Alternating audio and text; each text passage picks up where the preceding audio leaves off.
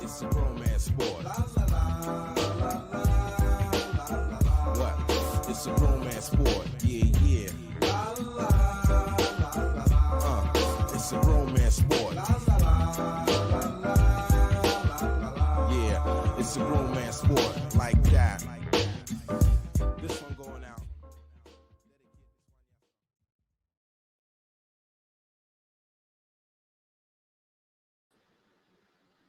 Yo, what's up, everybody? This is your boy, Mr. Smokefella in the house, man. This is Humidor Sports Podcast by way of SportsZone Chicago, man. We back in the house. I want to say thank you guys for joining us, and I'm going to get right to it, man, and get my guest and my panelists into the show. As I always say, it's 5 o'clock somewhere. My man, Lucky Lefty. What's up, baby? What's happening? I'm still a little under the weather, but I'm getting back slowly but surely. It is 5 o'clock somewhere, and I put a little something in my tea.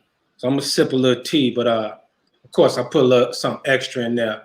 I'm still not back smoking yet, man. I'm still a little congested, but I'll be back, man. Give me another week or so. I'm gonna take a break.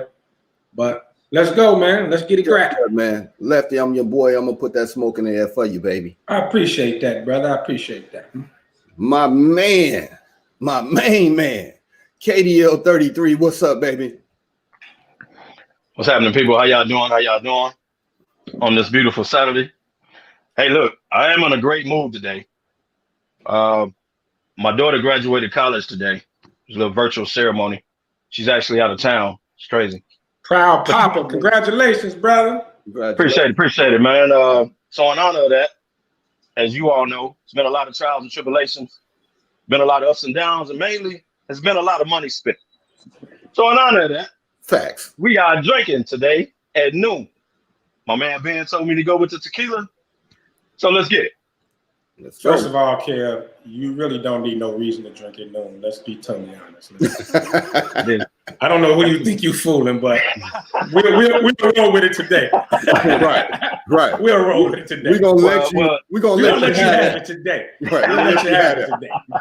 That's a true story. That's neither here nor there. Right. Hey, I want to give a shout out to my man Jerome Getty, DJ Serengeti. His birthday just passed. Give him a birthday shout out to my boy. Resident. Shout out to Getty. Happy birthday, Getty. Happy birthday, brother. Now, our resident panelist and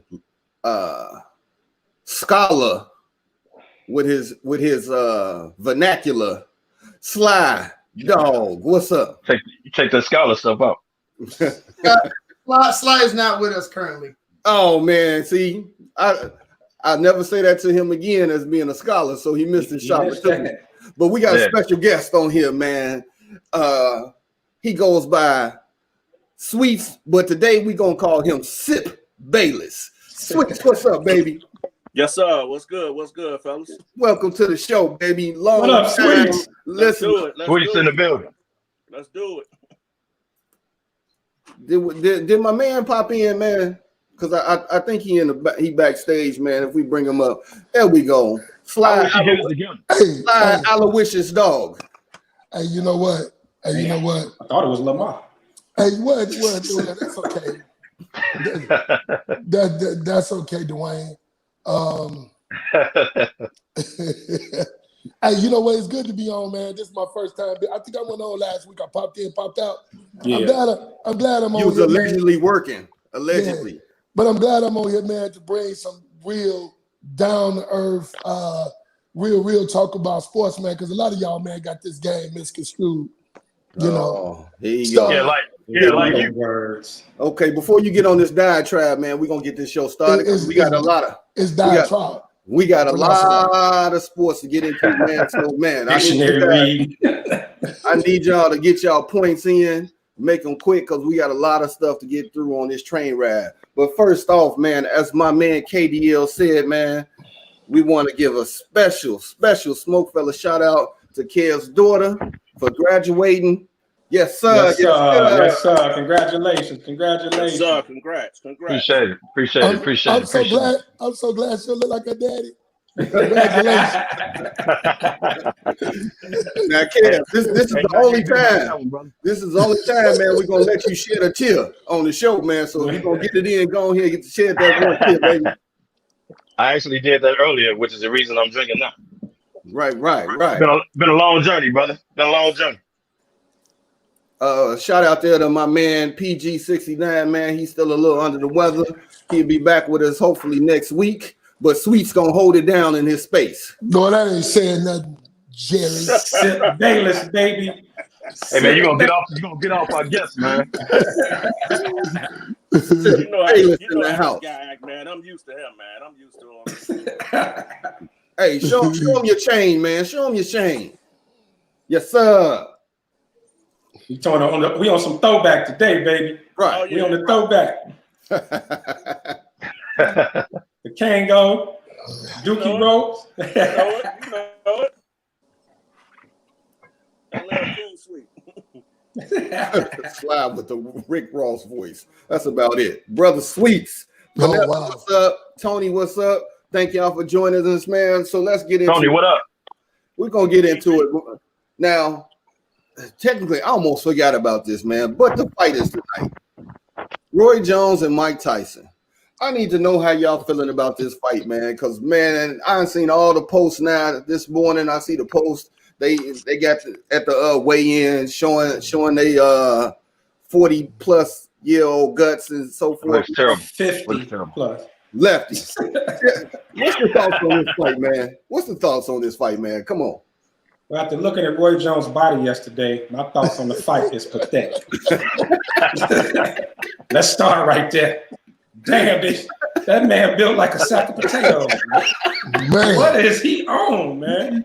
This man doing this. Wait, this man had like 9 months to train. That's all he could get done. Hey, Lefty, that means he was bad off, man. Man. He was bad off. I mean, he ain't got one muscle tone, nothing. It's just flab. He look horrible. I don't want to see that, man. He trained with Budweiser. Right, exactly. You know what, man? I've been a huge Roy Jones fan my whole life, man, especially in his prime. And I don't even want to see him go out like this, man. Be totally honest. But you know, since I'm stuck in the house, I ain't gonna watch it no way. But I wouldn't mind seeing it just for shits and giggles. But damn, nobody in his camp told him to get rid of that little chalupa on his chest either. Damn, I don't know what's going on. Hey man, the only thought I got about it is Roy Jones only got a couple more hours to be healthy. That's all I can say. I love Roy Jones like you too, Damani. I love him. He was that dude back in the day. I love him. I even liked him as a commentator because he was just real with it. But in a couple hours, all that's about to change. And he could at least shave the taco meat. I told you, man. They 50, bro. They 50. He got a chalupa on his chest, man. Make you want to go to Taco Bell. Meat is terrible. At least Tyson looked like he tried to work out or something. You know what I mean? Like Roy just was like, man, I'm gonna just show up. Hey. Damn. Man.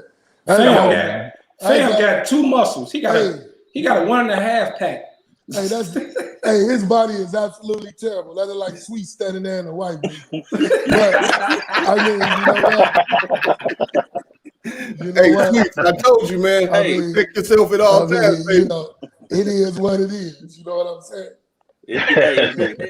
This would be the perfect time for Roy to get sick, man, or fake an injury. You know, pull old slightly, let me blow out or something, act like he fell up the stairs or something. You know. Just don't come to the fight, Roy. Don't come to the fight, man. Hey, man, would it be surprising if he made it to like the 3rd round? And you know, Mike Tyson after the 3rd round always had trouble. What if he actually made it a fight, man? I actually think it's scripted. They trying to make a little money. They ain't gonna let neither one of them get hurt because we know Tyson will probably kill him. I think you know, WWE. Well, you know what, Sweet, they got on headgear and their gloves gonna be smaller. So they got on headgear. Yeah, it's not an actual fight. It's exhibition. Are you kidding me? Yeah, it's an exhibition. It's like 2 minute, 8 2-minute rounds or something like that. And they got on headgear, and it's supposed to be no knockouts. But Mike Tyson only know one way to fight. He don't know how to exhibition. He only know one way to fight, man. And that's what Stephen A. said yesterday. He said he feels sorry for Roy Jones is because Mike Tyson only know one word, and that's go. Right. They don't know nothing else, man. You know. So you know Mike owns the dispensary, right?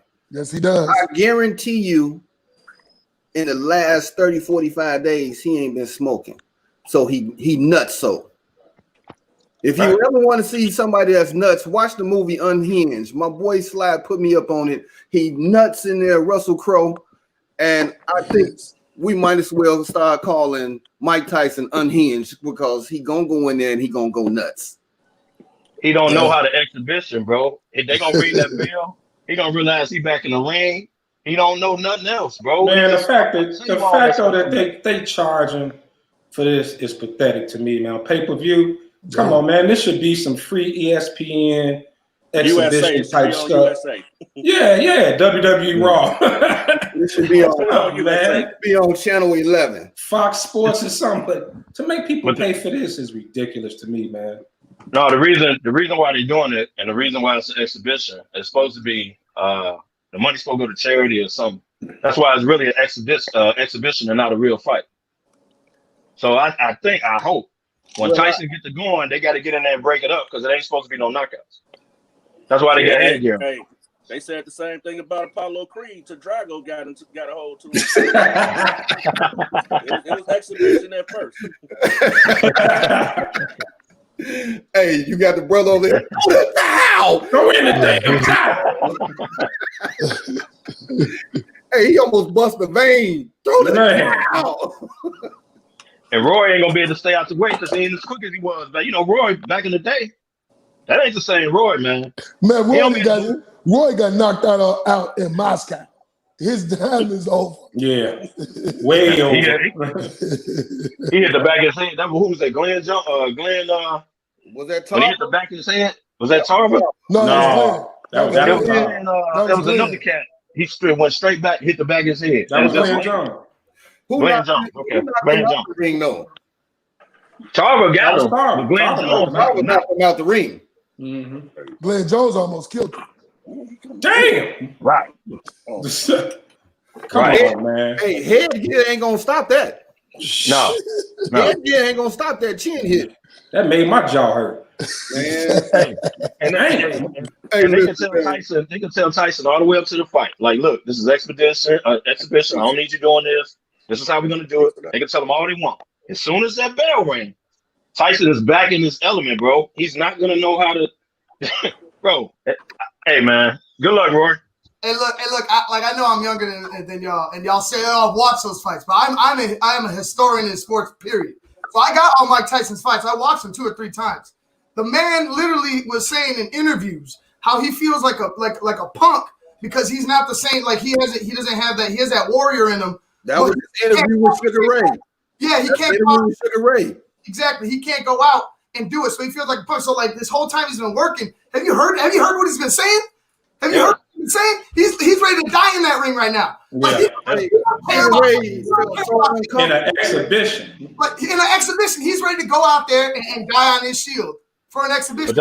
Like the man, like Roy is in serious trouble. Roy better run, because that's the only way he's going to survive this fight. I don't know why the hell a non-heavyweight would go in there and fight a heavyweight at any point in your career. You got to be struggling for money. But y'all forget, Roy did go up to heavyweight, though, Ivan. That one fight, he did it for one fight. That one fight. Yeah. And his career ain't been the same since. He went right back down after he did it, though. Yeah. Right. Yep. One fight. Hey, Ivan, I totally agree with you. I got no issue. Notre Dame, Ohio State. Why would they even want to do it? I understand. Watch your mouth. Listen here. We're gonna go. There we go. There we go. So, man, let's go, baby. Let's go. Indeed. How do you guys feel with the return of NCAA basketball, man? Over the the Thanksgiving holiday, you had number 6 Kansas fell to Gonzaga 102-90. I mean, wasn't no defense being played in that game. They were just putting a bucket after bucket. You had number 8 Illinois, then started off 3-0 this week, even though they some cupcake wins. But hey, shout out to my man Lance Irvin, hanging there, coach. You'll get it together. But how do y'all feel about basketball, man? Because it's been on all day. I love it, man. I love it, man. We need something, man. We need something. It's bad right now. So I'm with it. I hope they take the necessary steps for everybody to be healthy. But I love it, man. I've been checking it out. Sweet. So we're going to talk about the 200 and some teams that didn't play. I mean, we need to stop. This is absolutely pathetic. Let me tell you something. College basketball, they don't want to be in no bubble. They plan on still having a tournament. I mean, it's absolutely horrific. Now, you had some good games on yesterday. You had some terrible ones. I seen Penny Hardaway team look like absolute trash last night. I don't know where they were playing. Memphis looked terrible, and they're supposed to be the one best team in the league. There was no defense. Penny Hardaway team looked like an AAU basketball team. He was an AAU coach. What you expect? Right, and this team is absolutely trash. And to sit there and watch Illinois barely beat a team of Ohio with guys I ain't never seen before, which actually be educated. That was trash. I mean, Gonzaga finally gonna win the championship in a COVID year after being number 1 for all of years and always losing. So congrats. I think, come on, KDL, man. First of all, college basketball is what it is, and those fans of college basketball will enjoy it regardless. That's number 1. Never. Number 2, they are gonna go through the same thing. Football, it's just inevitable, man. You are gonna have 2 players or a coach or something test positive, and they're gonna sit their team out the same way they doing the NCAA. So it's inevitable. It's inevitable. But the fact that they didn't already told you all the basketball for the NCAA is in Indiana means they're going to finish the season. They're not going to miss the tournament again. So if they got to put it all in one city and bounce it around the different venues, ultimately have it in the Superdome, the dome where the coach play, they're going to do it. So there's going to be a season. It's going to be a team that has to sit out a week because, 2, 3, 4 players or coaches or whatever it is catches it. They're going to sit that team out. Unfortunately, another team is going to have to miss games. Now, here's the difference with basketball. You can make up a game. Football, you only play once a week. Basketball, you might have to miss your Tuesday game and your Friday game, but then you can play. You know what I mean? It's a difference. You play more games. Right. You can play back to back. You can play back to back. So they're going to, unfortunately, they're going to go through the same thing that football did. It's just inevitable, man. It's just inevitable. What's your thoughts? You said Lefty? that 5 times already. What's up, Lefty? What's your thoughts? You know what? It's always, I'm a college basketball fan. Of course, you love to see the game, but after watching what the NCAA, what football been going through the last few weeks, I still think they should have pushed the start back to maybe January, man, because it's pretty bad in football and it's gonna hit in basketball. So I know it's a little easier to make up for the games, but I mean the safety got to be first. Football is a total mess. I mean it's a total mess, and I don't see how basketball think they can avoid this, especially the way they traveling. So. It was good to see, it's good to see basketball. Of course, always when you're a basketball fan, but I don't know, man. It's a wait and see. Let's see what happens. What have you, KDL? You got your best player. Old boy put up all the points for Illinois yesterday. What if he ain't there? You talking about completely falling out the top 25 because your star players ain't playing? That's absolutely pathetic. It's going to happen the very same way Trevor Lawrence got caught up and Clemson lost again. It's the same thing. It's going to happen, bro. It's going to happen. The only difference is he might miss a game, but basketball will go on because you can play 2-3 games in 1 week, if not at least 2. But so the star player might have to sit out. The criteria for basketball is who you playing. The problem with that is when you start missing those Big Ten, ACC, you start missing them teams, you're going to be in trouble. A lot of teams, just like football, going to be falling off. Good luck. I agree with that. You can also see that NCAA is going to take that in consideration, just like they doing with NCAA football. They take it into consideration when they go down to the big 4 at the end. They're going to take all that stuff into consideration. Trust and believe. You know what? Pick up the phone and call the University of Wisconsin that ain't played. They only played 3 games. See if they're taking that into consideration. And they was a pretty decent team. They're Sure. not. They Ohio already State is said gonna go you through the same have to thing. play a certain amount of games. If you don't meet that criteria, and that's what it is. That's the only criteria. The Big If Ten you don't only play, had 8 games. if you get 8 games in, you are in Damn. consideration. Randy took a shot at you, Kevin. Hey, Kev. Damn. Hey, Brandy, we just blew out the Eagles, by the way. Y'all suck, and that tag gonna come back to haunt y'all. But that's neither here nor there. Hey, Slap, Ohio State is about to go through the same thing. What? Because remember, Wisconsin had to sit out 2 weeks. That's 2 games. They sat out again today. So they're not going to have enough games. Ohio State has to now sit out 10 days. That's 2 games. Regardless if they're undefeated, they're not going to have enough games played to make it. I'm telling you, bro. It's a Big Ten rule, and all Big Ten agreed with it. It's 10 days automatically. All right. So Automatically. John Henry says, my That's 2 brother, games. it's not about the safety. It's about money. Counterbalance life or billions. That's facts. NCAA lost a lot of money. There you go. Last year. They will not do that 2 years in a row. Guaranteed. Trying to tell you. Facts. You write that in the books. If you notice, the only people that really cares about college basketball and how good, I don't even watch it to March, is the guy who told me he dropped 30 on the team out of California and the other guy who played for a small school in Missouri. The rest of us really don't Hold care. on. Since you want to go there, Yeah. I dropped 30 on University of San Francisco Dons. I dropped 30 on them.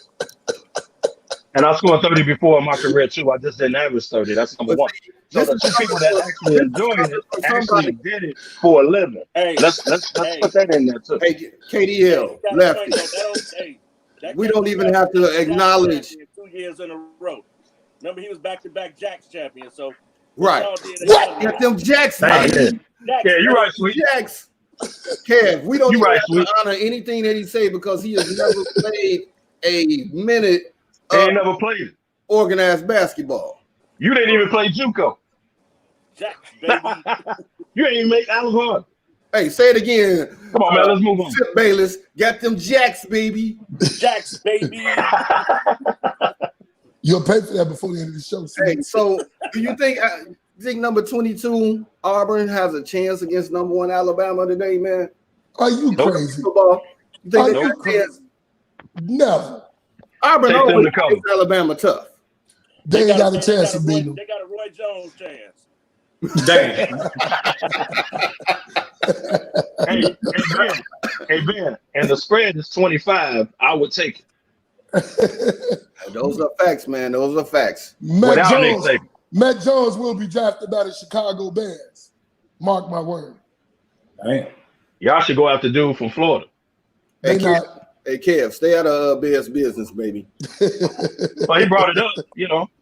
I'm just saying. He will be a Bear. But look, Alabama, keep recruiting. Auburn don't have a chance. Auburn gonna get the mess beat out of them. Sorry, Auburn. Yeah, that's a quick segment. No, carry on. Hey, Next topic. hey, Damani. The only way they'll win, they better bring the old. They better bring young Cam Newton back. Right, exactly. The only chance in hell they got. So you trying to say they need to go ahead? What was the movie with Will Smith where he had the younger him? Right. You talking about Gemini? Gemini man. So they need to go ahead, Gemini man. And y'all stupid, man. Y'all stupid. Let's go into the NBA, man. NBA. All these max signings that went down. Don't you do it, Ben. Jason Tatum, 5 year, $165 million. He has incentives that can take him up to $195 million. We talked about Gordon Hayward. No. 4 years, $120 million. Michael Jordan best.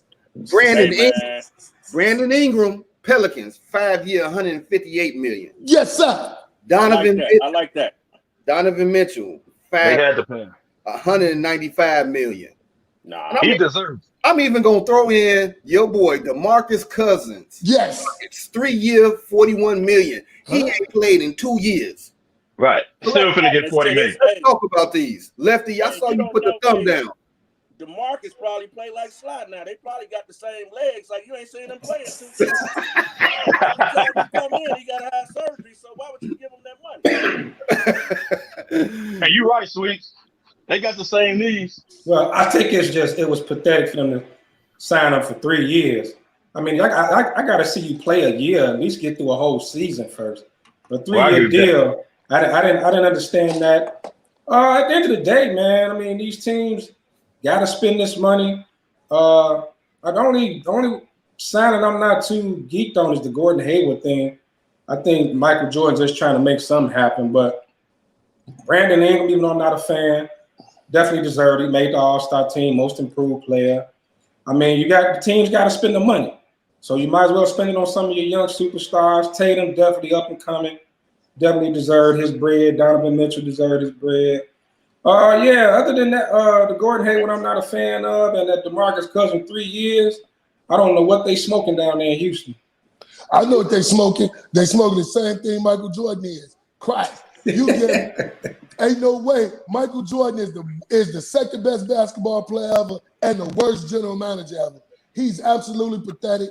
The Hornets are going to be who we thought they were. They're going to be trash. He gives Gordon Hayward $120 million. I don't even see why. But that's Michael Jordan. That's what he does.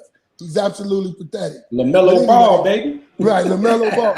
You drafted you don't even like him. You don't even like his daddy, and you draft the son. That's nuts, Michael. You absolutely pathetic. We have really been critical on Brandon Ingram for a couple of years. Be careful, Bernard. I was going to go in on him, but I went back and checked the stats, man. Be careful. Look at his stat line. When you look at his stat line, man, dude is he balling. When you look at his stat line. I've been telling y'all. But I will say one thing. Me and Sly the only ones on this panel that's been saying his shot selection is suspect. It's terrible. It's terrible. But he put when you look at his stats, man, he got good stats. His shot selection is better than your hairline. If Sly general manager in LA didn't get him out of LA instead of Kuzma, he would have been a dope fit with the Lakers. But general manager LeBron had to have AD and clear the whole team out and got rid of some good young talent. You know what I'm saying? Kuzma ain't nothing. No, I actually think Kuzma's a better fit though. Ingram gonna always be the best player on bad teams. Like I don't see him making nobody better. He gonna get his points. He a black hole. He take the ball, put his head down. He don't pass. He gonna get you. That's the same thing I said about Zach Levine, whatever. Exactly. The exact same type player. He got so much potential. Exact same type player. I reached out to some people down in Kansas City, and they said Kev was like that too. But carry on. Well, that's dude, I was never a black hole like you, Bernard. I was never a black hole, but that's neither here nor there. But hey, Sweets. Yo, go ahead. I was gonna say I'm gonna meet you on your point. Go ahead, bro. Go ahead. With Gordon Hayward, Mike, my man, but I wouldn't let Mike be on me a team on NBA 2K, man. That's perfect, man. I wouldn't let MJ, man, get my joystick and build a team, man. That's terrible.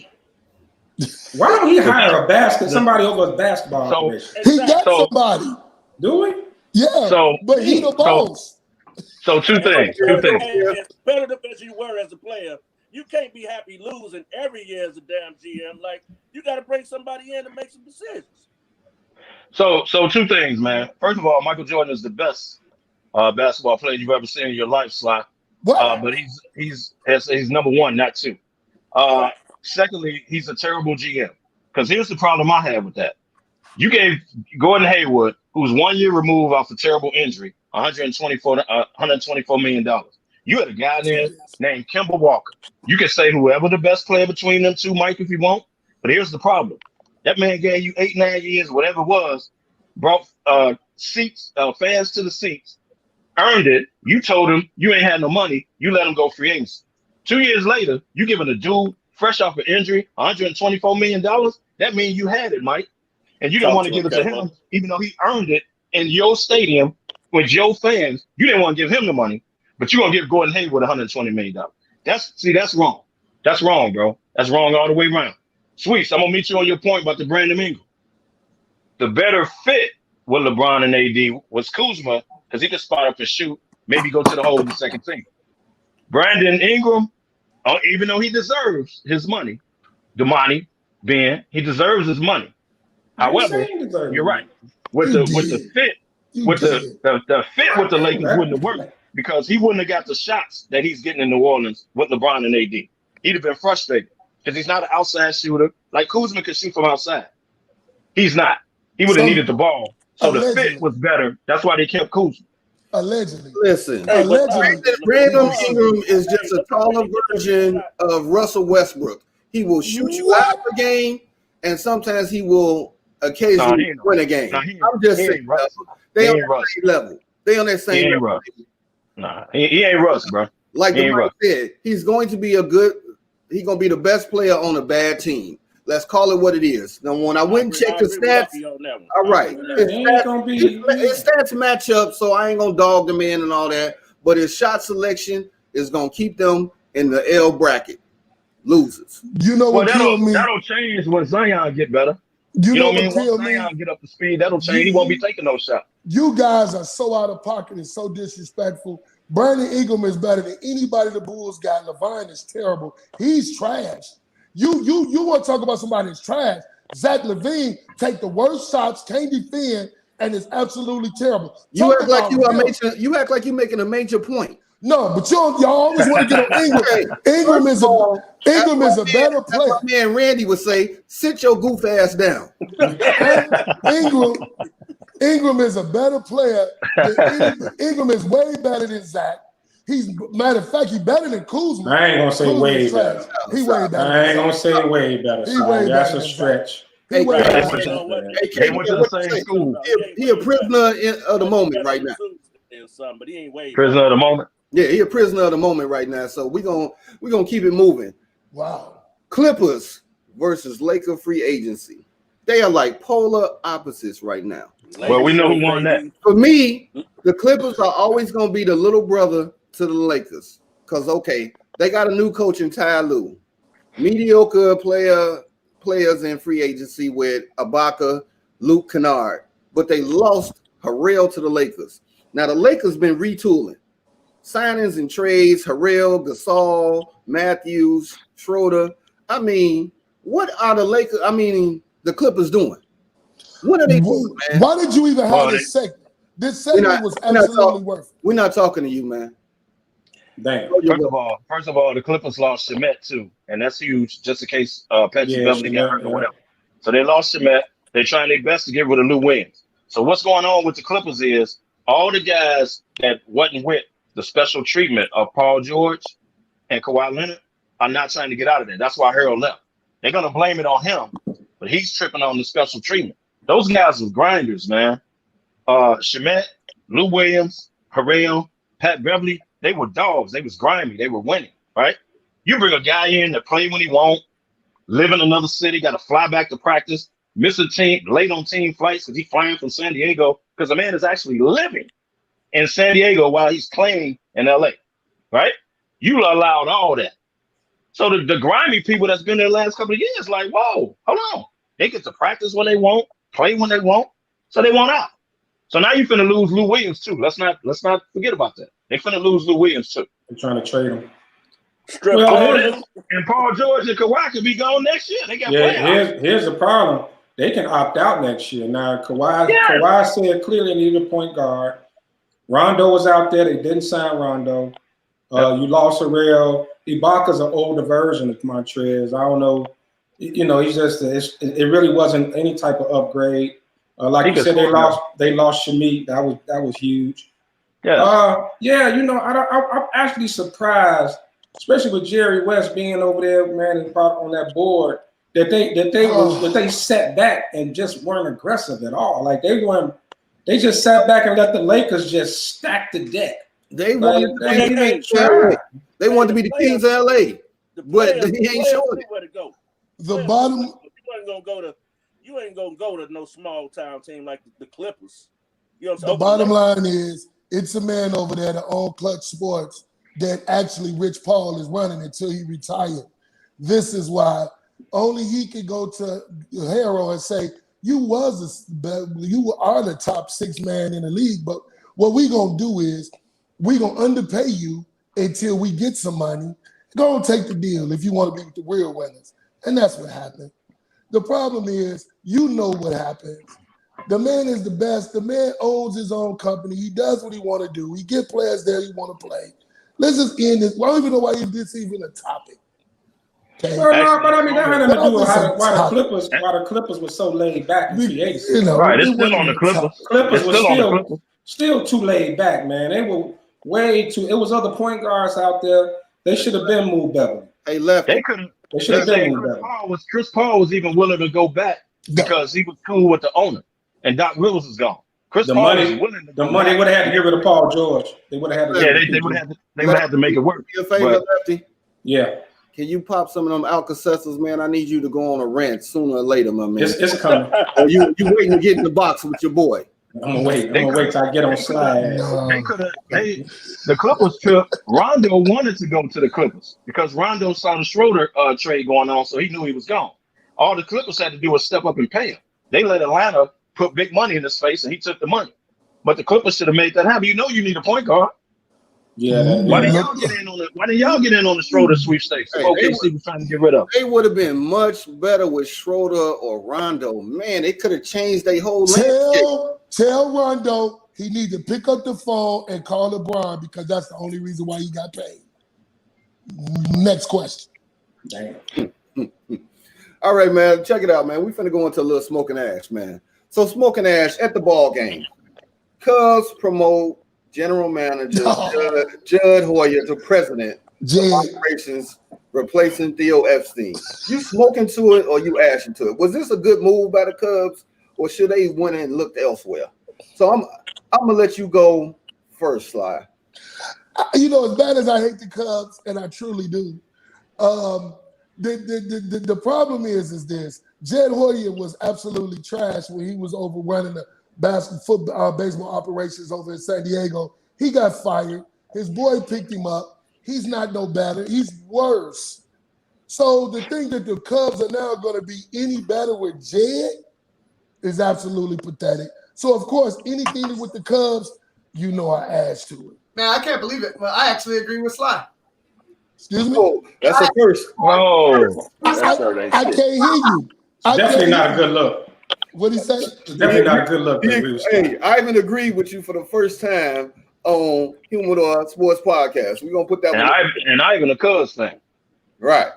Lefty, your thoughts, man.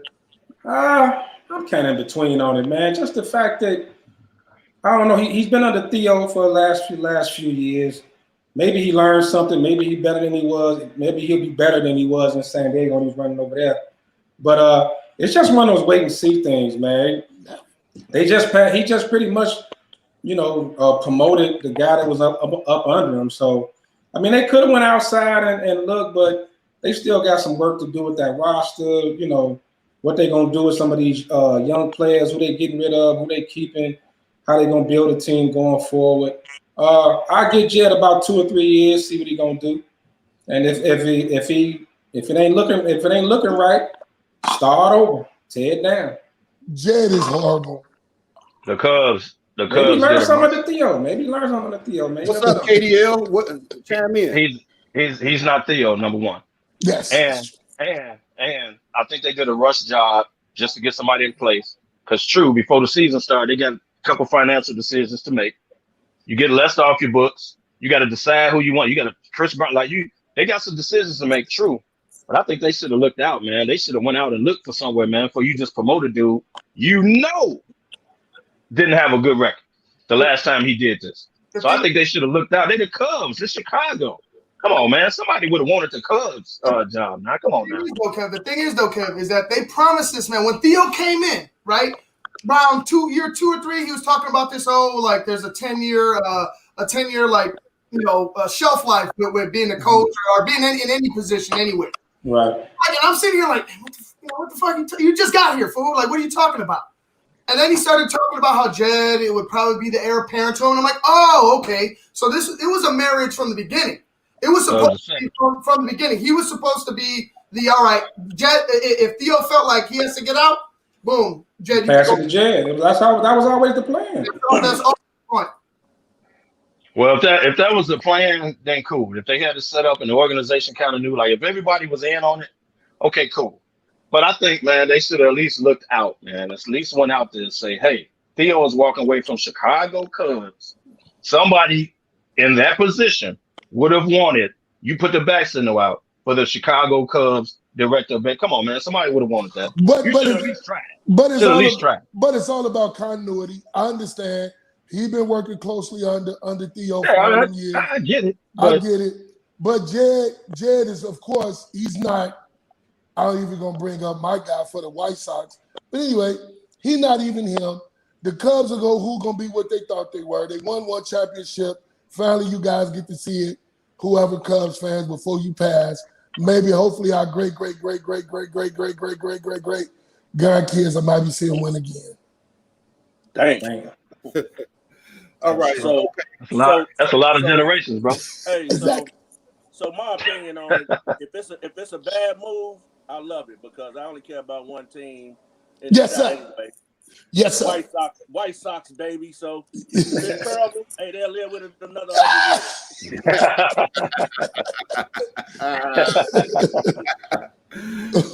Hey, man. Okay, next. On the brink of female history, Vanderbilt football will suit up Sarah Fuller versus Missouri today. So what? Oh, wow. Hey, it's all good. Wow. It's all good until somebody blocked that punt and she on the ground. You know what I'm saying? It's all good until that blitz come in there and she on the wrong end. Like, I mean, whoa! We ain't talking about an NBA ref right now. We talking about a full contact. We talking about a full contact sport. She got that ball in her hand and that blitz get through there. Y'all might as well call her parents. Guys ain't gonna let her. Okay, I agree with you. We could in wrong. The only reason that she's on the squad because she's part of the soccer team, I believe, as the goalie. So, but she kick. So they're using her as a field goal kicker. Now, if she actually gets on the field, that'll be a first for women. And if she kicks the field goal, that'll be another first for women. A woman scoring in male football, a dominated sport. Hey, I told you to put this in here. You don't put Sly in a baseball game because he played jacks. Soccer game got you ain't putting nothing in. You know what I'm saying? Like, come on now. You talking about now that makes sense, sweet. You know what I'm saying? That makes sense all day long. That could get ugly.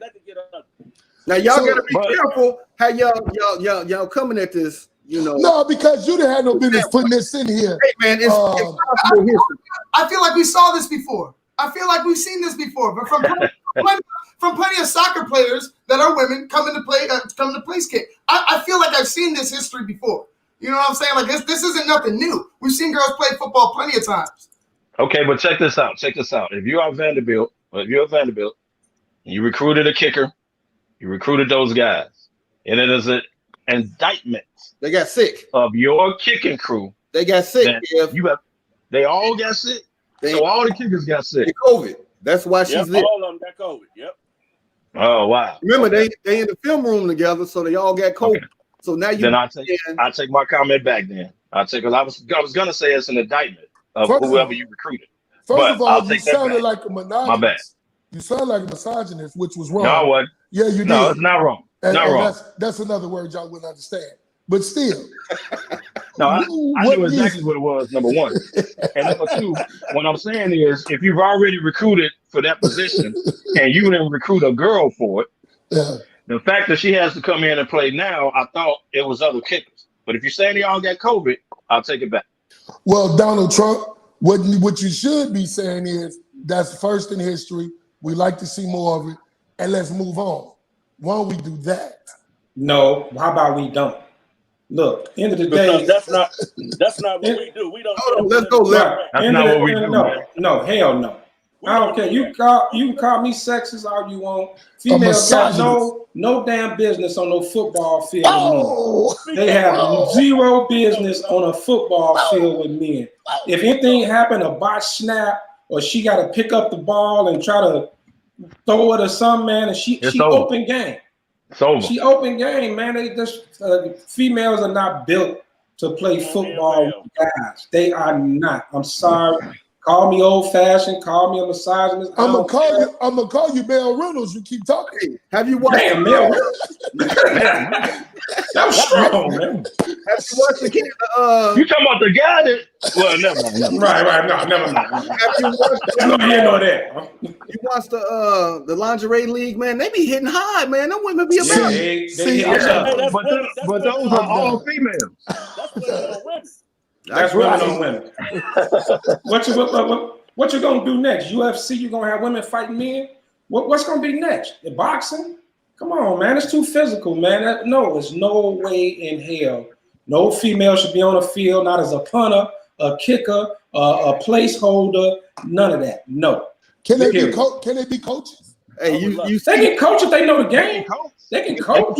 I'm good with that. They can ref, they can coach, but they should not be on the field with these big grown ass men, these big 300-pound dudes running sub 4.5s, getting crushed. No. And like Sweet say, if they get through that line and try to block that punt, their momentum is gonna take them into her, and it's gonna be a wrap. It's gonna Keita, Damani on here to be a misogynist. He's such a snitch. You tell it. Misty agreed with me. Misty a female. Missy Lord, you some love, man. Hey, That's all I see is the water boy happening. Whoa. Water boy coming over there and smashing. And now the dude that hit her, he is gonna get a bad rep for the rest of his life. He ain't gonna be able to stop. Like he busts through the line like Sweet say trying to block the punt. If his momentum goes into her, it's football. Man. It's football. And like Damani said, her body ain't built for that. Hey, the ladies chiming in. Vanessa said women should be on the field. What do we say about Tyson? He know one way to go. Them guys, they gonna look at that helmet. They don't care who up under there, whether it's Susie, Joe, whoever. They're gonna take somebody out. They're gonna take somebody out. They ain't gonna play it light on her, and they shouldn't. When you on that field, it's open season. So to put anybody in that position, to me, is irresponsible. It's totally irresponsible to do that. You're gonna get somebody killed. You're gonna get one of these ladies killed. Now, what's gonna be next? Some female gonna want to be a quarterback. Where is it gonna end? And that's all. And if you're a quarterback, that's your ass. Hey, right. That's over. So again, just like with all the other things men do, men get telling women what they should and should not do. If they know the ramifications of it, they know the ramifications of whatever they're doing. They should be allowed to do what they want to do. But you sexist men on this panel, again, want to come and tell a woman what she can. Hey, man, stop switching the narrative. We're talking about football only. Hold on, Ivan, go ahead. Sly, you talk about physically harming these women. Like, they will be physically harmed and there will be no consequences. There will be no consequences. You see Vertez Perfect on the field. What if one day you get a Vertez Perfect that don't give a damn and is going to lay her out because you're playing clearly football? Don't care. Because he believes that you put on the pads, you should get hit too. There's people out there like that. They ain't gonna take no. Not football players like that. They're gonna go and treat her like she's a man. They're gonna go and hit her like she's a man. It don't matter. It's not about being sexist. It's about being smart. Go have a women's league if you want to play football. Hey, Ivan, why every time you get on here I can't hear you, which must be good for me. But anyway, hey, look, what y'all done? It doesn't matter, man. Again, stop switching the narrative, Sly. Stay with football, physicality only. That's what I said. No, it's not an overall female thing. Stop switching. You turned it into what they shouldn't be allowed to do, which means it doesn't matter to me. If my daughter want to play football and she a kicker and she want to get hit, hey, she understands the ramification of it. It is. Okay, now we even going. Would you want her to play? Go past this one because Sly, you are out here bold face line. If your daughter says she wanted to play football, he wouldn't let her. So he wouldn't even let her. Well, first of all, tackle Sly daughter here, be ready to shoot. He wouldn't even let her. Whoa. First of all, one of them plays rugby, which they get tackled all the time. So this wouldn't be no big deal. Man, they play against females, Sly. Do you know how female rugby is worse?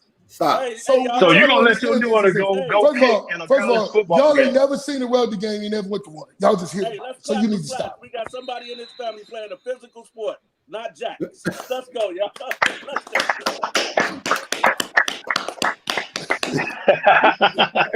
Hey, Sweets, man, we got love for you on the show, baby. We got love. So here, Vanessa got a good comment. I played football until I was 11. Girl parts and getting tackled doesn't work. It doesn't. I don't agree with girls playing Pop Warner with boys. I do not agree with it, man. No, they should not be on the field with guys. No, period. So I got a question for y'all. We're gonna move this train along. Can you trust a team to win the chip in the NFL with a poor defense, despite they got a prolific offense this season? And I'm talking about your Seattle's, your Kansas Cities, your Raiders. Don't you say it. They got offenses, but they can't stop water. Are you smoking to these teams, or are you ashing to these teams? I'm gonna smoke to it. I told Sly, I say, man, we joke with Sly a lot about the Raiders, but the Raiders went head to head with KC. The Raiders exposed KC for not having defense and was marching up the field on it, and it was like the last person who got the ball won the game.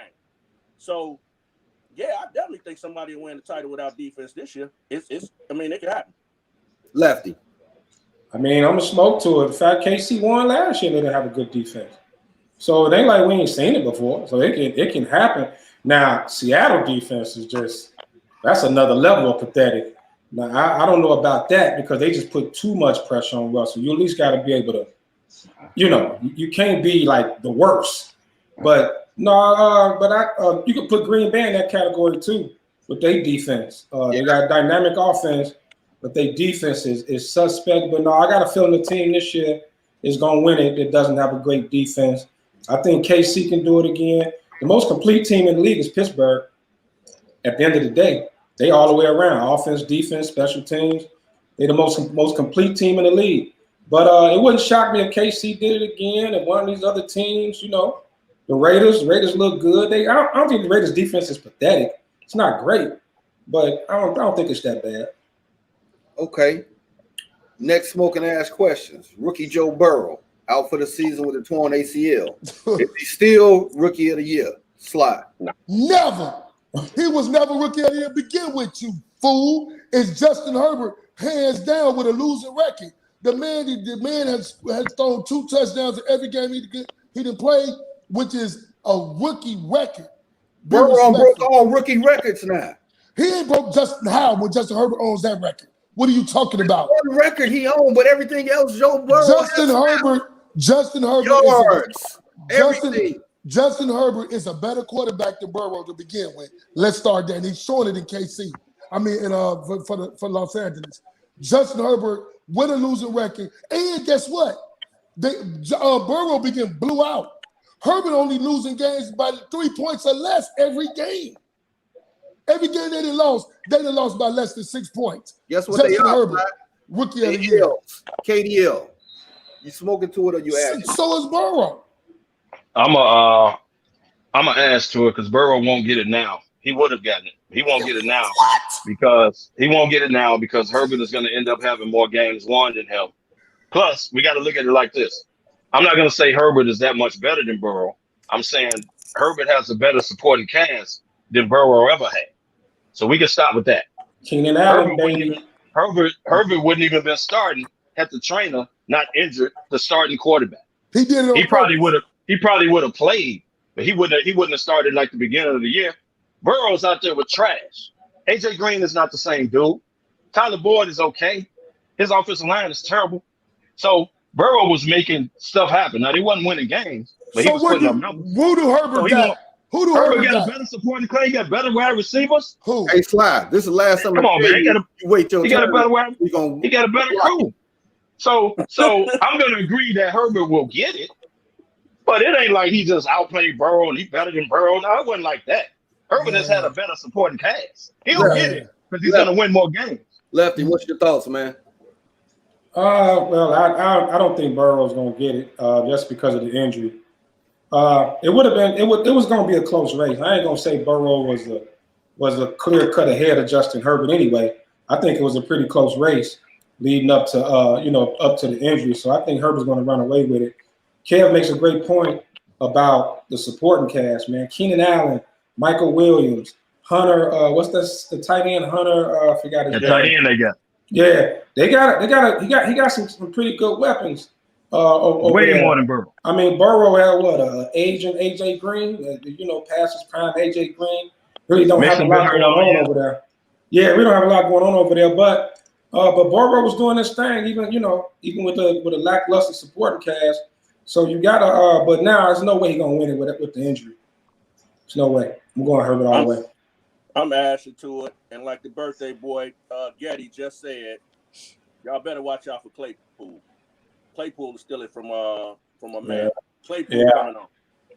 Yeah, he been 10 touchdowns or something. Hey, he'll run away with it. You know what I'm saying? Like the way he moving now. Well, Sweets, I want to agree to you on that because he on my fantasy team, and I hope he get buckets against you this week. Let's go. Well, we know that ain't gonna happen because them boots I ordered for you. Hey, my last question before we go to break, man. Tua got benched last week in Miami, man.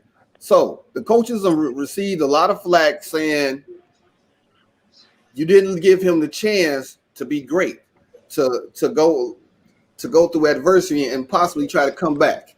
Now, some people say they were saving him because, man, they was in the backfield sacking him like crazy.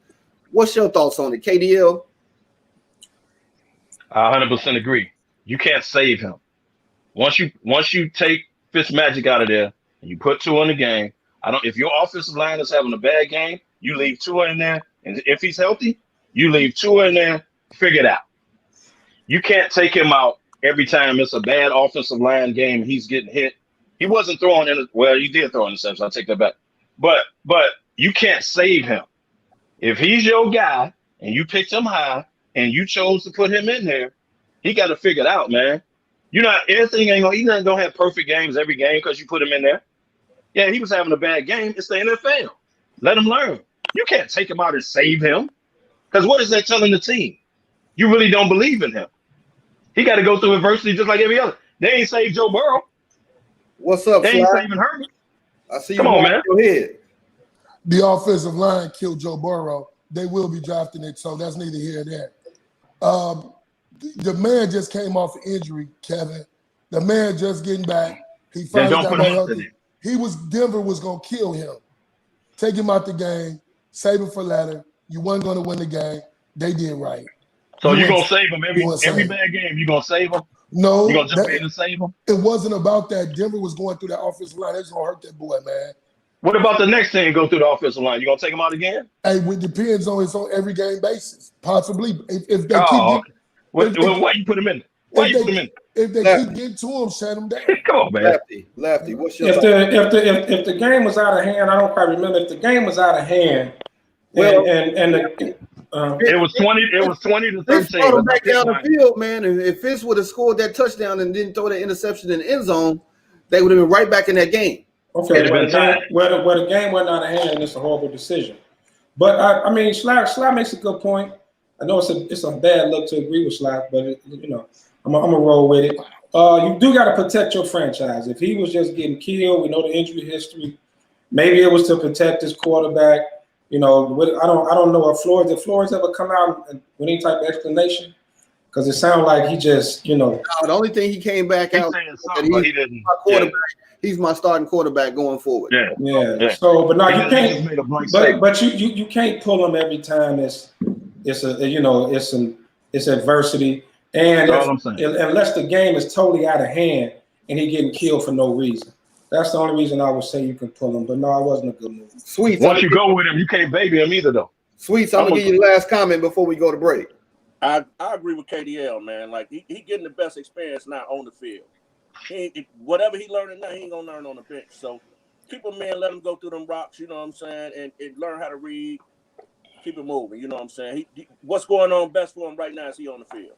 You can't protect him. He ain't no baby. That's that.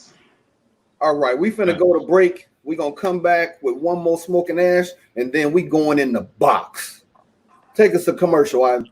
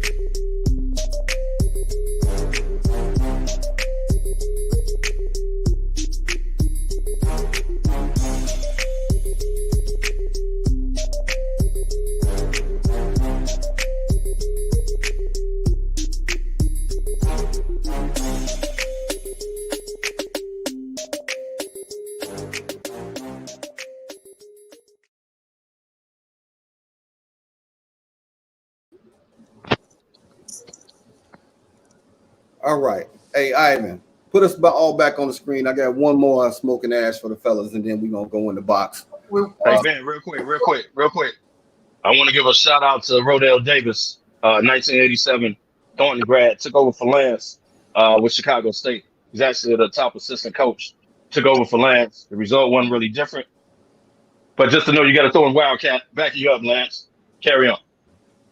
All right. I'll give you that shout out. All right, I got a question for you guys. I call it Heart of the Champion. Not. Titans began the Ravens game with the meat on the Ravens 50-yard line and danced on their logo. The only person to come out on that field was Harbaugh, and he got into a confrontation with Malcolm Butler. The whole team, I found it disrespectful that they did that in the first place, but nobody came on the field. It should have been a melee, a fight, something. I mean, is this really showing that the Ravens have no heart and their season is going downhill? KDL, what's up? You smoking to it or crashing to it? I'm smoking to that all day long. It shows you why the Ravens can't win a big game. It shows you why Tennessee has won the last 2 games at Baltimore. It shows you why they're not going to beat Kansas City. It shows you why I don't care COVID or not, they're not going to beat Pittsburgh Tuesday. It shows the heart of that team. If that was a back in the day, I know I can't compare. If that was a Ray Lewis, Terrell Suggs, you know, what's the Earl? What's the safety? Hall of Famer.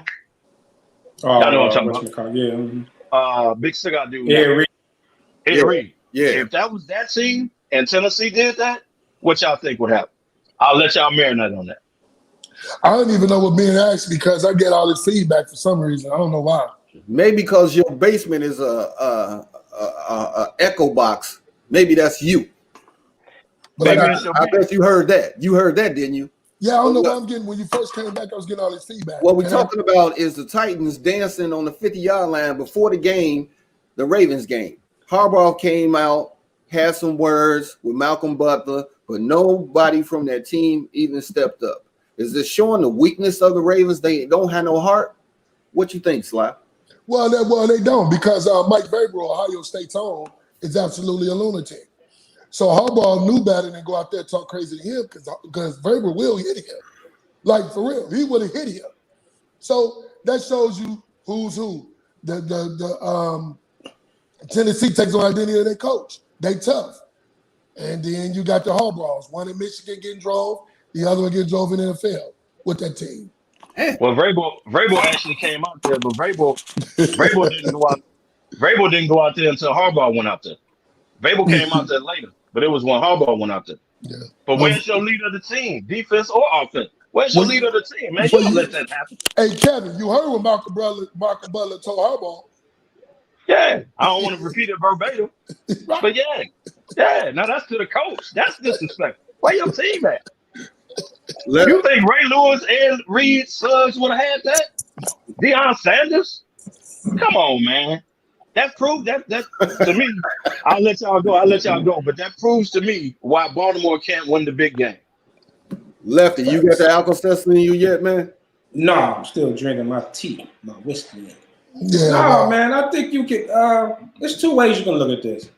You can look at Baltimore as being disciplined. If Harbaugh told them, don't, stand pat, stand down, don't move. I think on Vrabel's part, it was goofy as hell, unprofessional. This ain't college. Going standing on somebody's logo with the team. This is not college football, man. It's professional football. No, NFL, no. No, nothing. No, let's get it right. Whoa, let's get it right. The team did that. Vrabel should have pulled him. Vrabel should have pulled. This is not college. This is not college football. Well, if you look, the story nobody talked about is Harbaugh wanted his kicker to warm up. That's why he went out there. His kicker was trying to get on the field to warm up, and they were standing all in the middle of the field. That's why Harbaugh was out there. So just the NFL should have found him. It was goofy. It was goofy. Get the hell off the field. What you find him on for? the sideline, man. This ain't college sports, man. Hey, bro. If you can't stand up for your own team, what we gonna find somebody for? I'm gonna give y'all a perfect example. So what you gonna? So you gonna go? So you rather saw a team brawl? Dude, our team brought him. What are you fighting him for? Fighting him for what? Man, this dude If is Baltimore nuts, don't man. stand up for themselves, why should the league step in? Don't matter. You prove it on the field. You prove it on the field. You ain't got to prove it pre-game or post-game. Well, they prove it proved on it the pre-game field. and they beat them. Okay, they won the game. That ain't saying. I'm just saying. But you do that on the field. You make your point on the field. Hey, This ain't no pre-game. You know, this is goofy, Hey, man. Damani, I ain't got no respect for no goofy stuff like that. Why you hype? Sly, you would like people like that because you from Ohio State. I can see you doing some goofy dancing in the middle of the field, shaking and jiving like you're in a Popeyes chicken commercial. Time to go in the box. Go to hell. Do y'all remember when Terrell Owens did that on the Dallas Star? That was ignorant. Hold on. But did somebody from Dallas react to that? Yes or no? After Can the they come out there second and try to time. knock his head off? After the second time, yeah. Somebody came out there and tried to knock his head off. After the Where second was the Baltimore players at? time. That's all I'm saying. Roy Williams and Emmitt Smith came out there to defend the Dallas. Tried to knock his head off. Yeah, tried to knock Terrell Owens' head off. Professional sports, man. You got to react to it. If you don't stand up for yourself, I see the kids. I'm cool you. with the kids doing it, but these grown men, man, ain't doing that. Well, stand up for yourself then. You don't let nobody do that on your field. Since we got a little heat, Ivan, can you give me Sly on one side and Damani on the other side? We going in the box, baby. Let's go. Ban this dude. Come on. You been messing with me all damn week. Come on. Cuz, you ain't had nothing to do. In the box. That's We're talking about the Chicago Bears starting Mitch Trubisky over Nick Foles. And the second part of the question is Pat Fitzgerald being rumored to be up for consideration for the Bears' new coaching job. Lefty, you got the pros, because you even said they should go with Pagano. What? Yes. Which one I'm doing first, the quarterback or the... You take it as you want. I'm going to let Sly go first since he always angry, man, because my man Sly got the vocabulary of a 3-year-old, and you get, the drunker you get, the better you get. You like Jackie Chan over there. So let's go. First of all, my vernacular is better than any of y'all's on this panel. Hey, look here.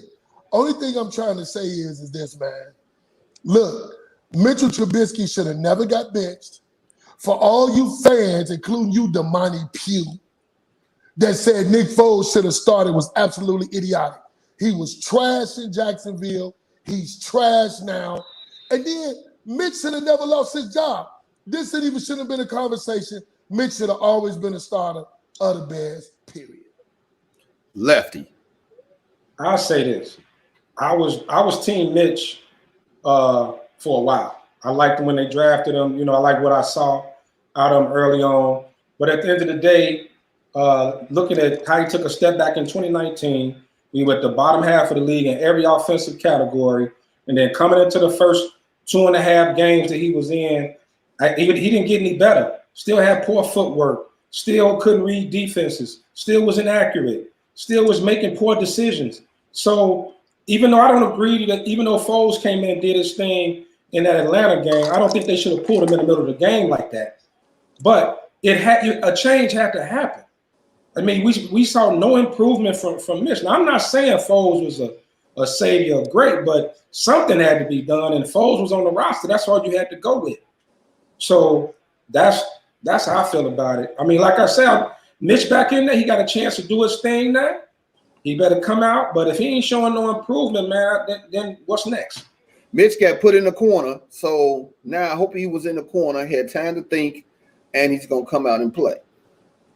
I mean, I agree with you. And then let's get on Pagano. Pagano, I'm going with Fitzgerald all day. He's a college coach. He's a good recruiter. He's been coaching Northwestern forever. Pagano got fired out of Indianapolis because he made my man retire. Pagano is absolutely trash like his brother. No way, no how. You go with the younger version. You don't go with the old version. But the problem is you've been a pathetic Bears fan who love with your heart. You'll choose the old man over the new blood. That's absolutely pathetic. No, you pathetic. Let me tell you why. Reason I said Pagano is I would like to see Fitzgerald if we're gonna tear it down and go full rebuild. But this is still a championship defense They familiar with Pagano. Pagano got head coaching experience.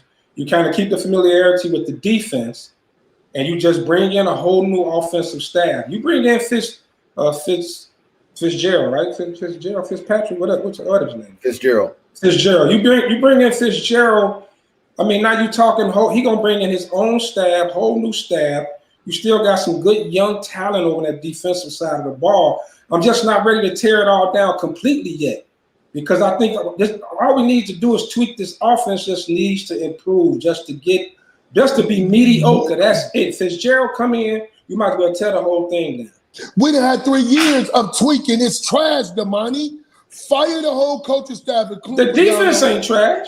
The defense is okay, but it ain't better than old boy that took over for Denver, went to Denver. It's not. No, you lost Fangio. The Bears can get ran on. You couldn't get ran on with the old coach. What I'm trying to tell you is this. You can ain't got Eddie Goldman either, brother. But what you fella realize is all y'all want to be thinking you can tear it down all the way. You don't have to tear it completely down. Look what they did in Carolina. They still kept some of their good pieces. They doing some complete, and they fired the whole coaching staff. Fire them, bring them in, keep your young pieces on defense, start your offense over. I'm ready to do it now. They're holding on for another 3 years, and now you got to do it again. What's Carolina record? Right. What's Carolina record? What you mean? What's their record?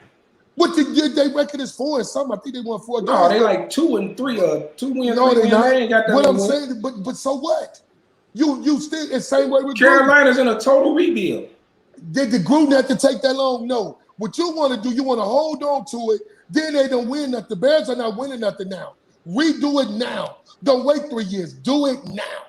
So you saying go total? So you want to go total rebuild? Keep your young pieces on defense. Do it now, because where are they going? They're not. They 4 and 7. They 4 and 7. Right, exactly. Okay. The Bears 5 and 5.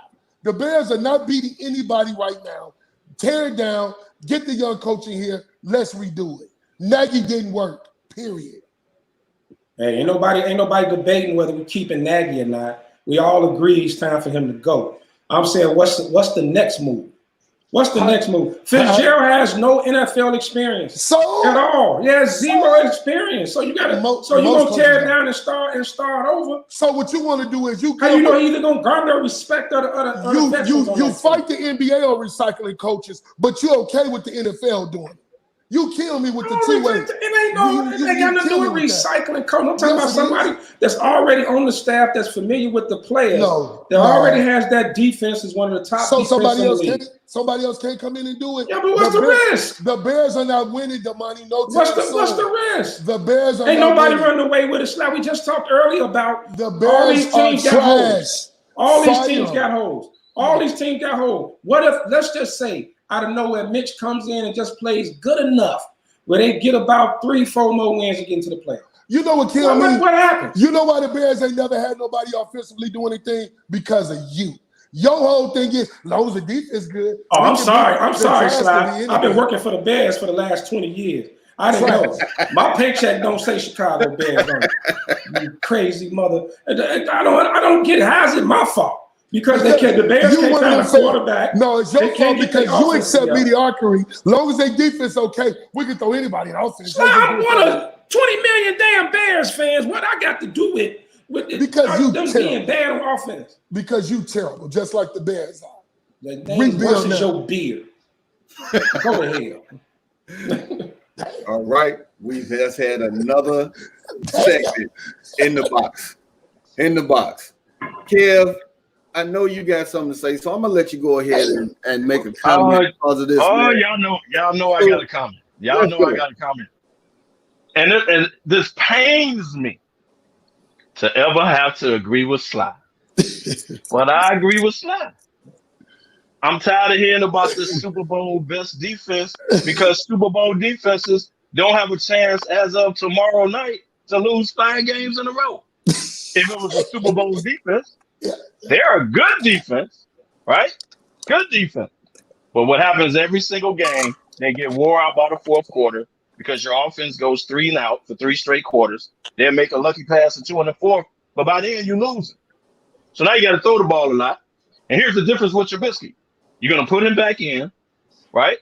But Nagy's not going to call plays for him per the usual. So he's going to throw plays to make him not be successful.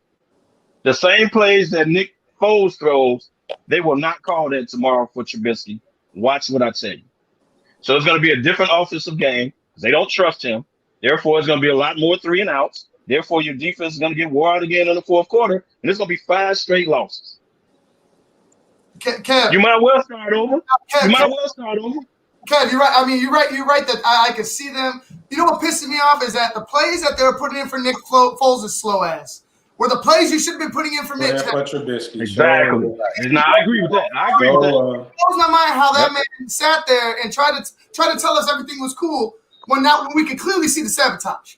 Like you were trying to make Mitch up, like you were trying to force him to do the things that you wanted to do, and then all of a sudden you had these plays that were beneficial to him. Like, get your ass out of here, bro. You should have been kicked. You should have been fired this past offseason. I was going to say the same thing. It seemed like Nagy sabotaged Trubisky to the max, man. He wanted him out. He wanted him out early. That's why he pulled him. That's why he pulled him the way he did. He never liked him, bro. He inherited dude. All of a sudden, you call it rollouts for Nick Foles. All right, fellas. It's time for. If I'm Trubisky, I'm rolling out just off GP. I ain't coming back anyway. And I'm gonna just run. I'm gonna show other teams what I can do. That's what I would do. Hey, Ivan, when we done with the show, take that shirt off and find the nearest garbage. All right, fellas, this is Retro Fantasy. So I'm gonna turn the screen over to Sly, Sweets, and KDL. Let's go. What's your fantasy? Sly, take. Well, wait a minute. Hold on, Ben, before you go. Hold on, Ben. I don't have my sheet down here. I don't know what happened to it. Oh, my God. So I need you again for this second. Here we go. You cried and complained talking about I was in your segment, so now I'm going to have to run your segment. Remember that. So that's how he was in high school, too. He never had his homework ready.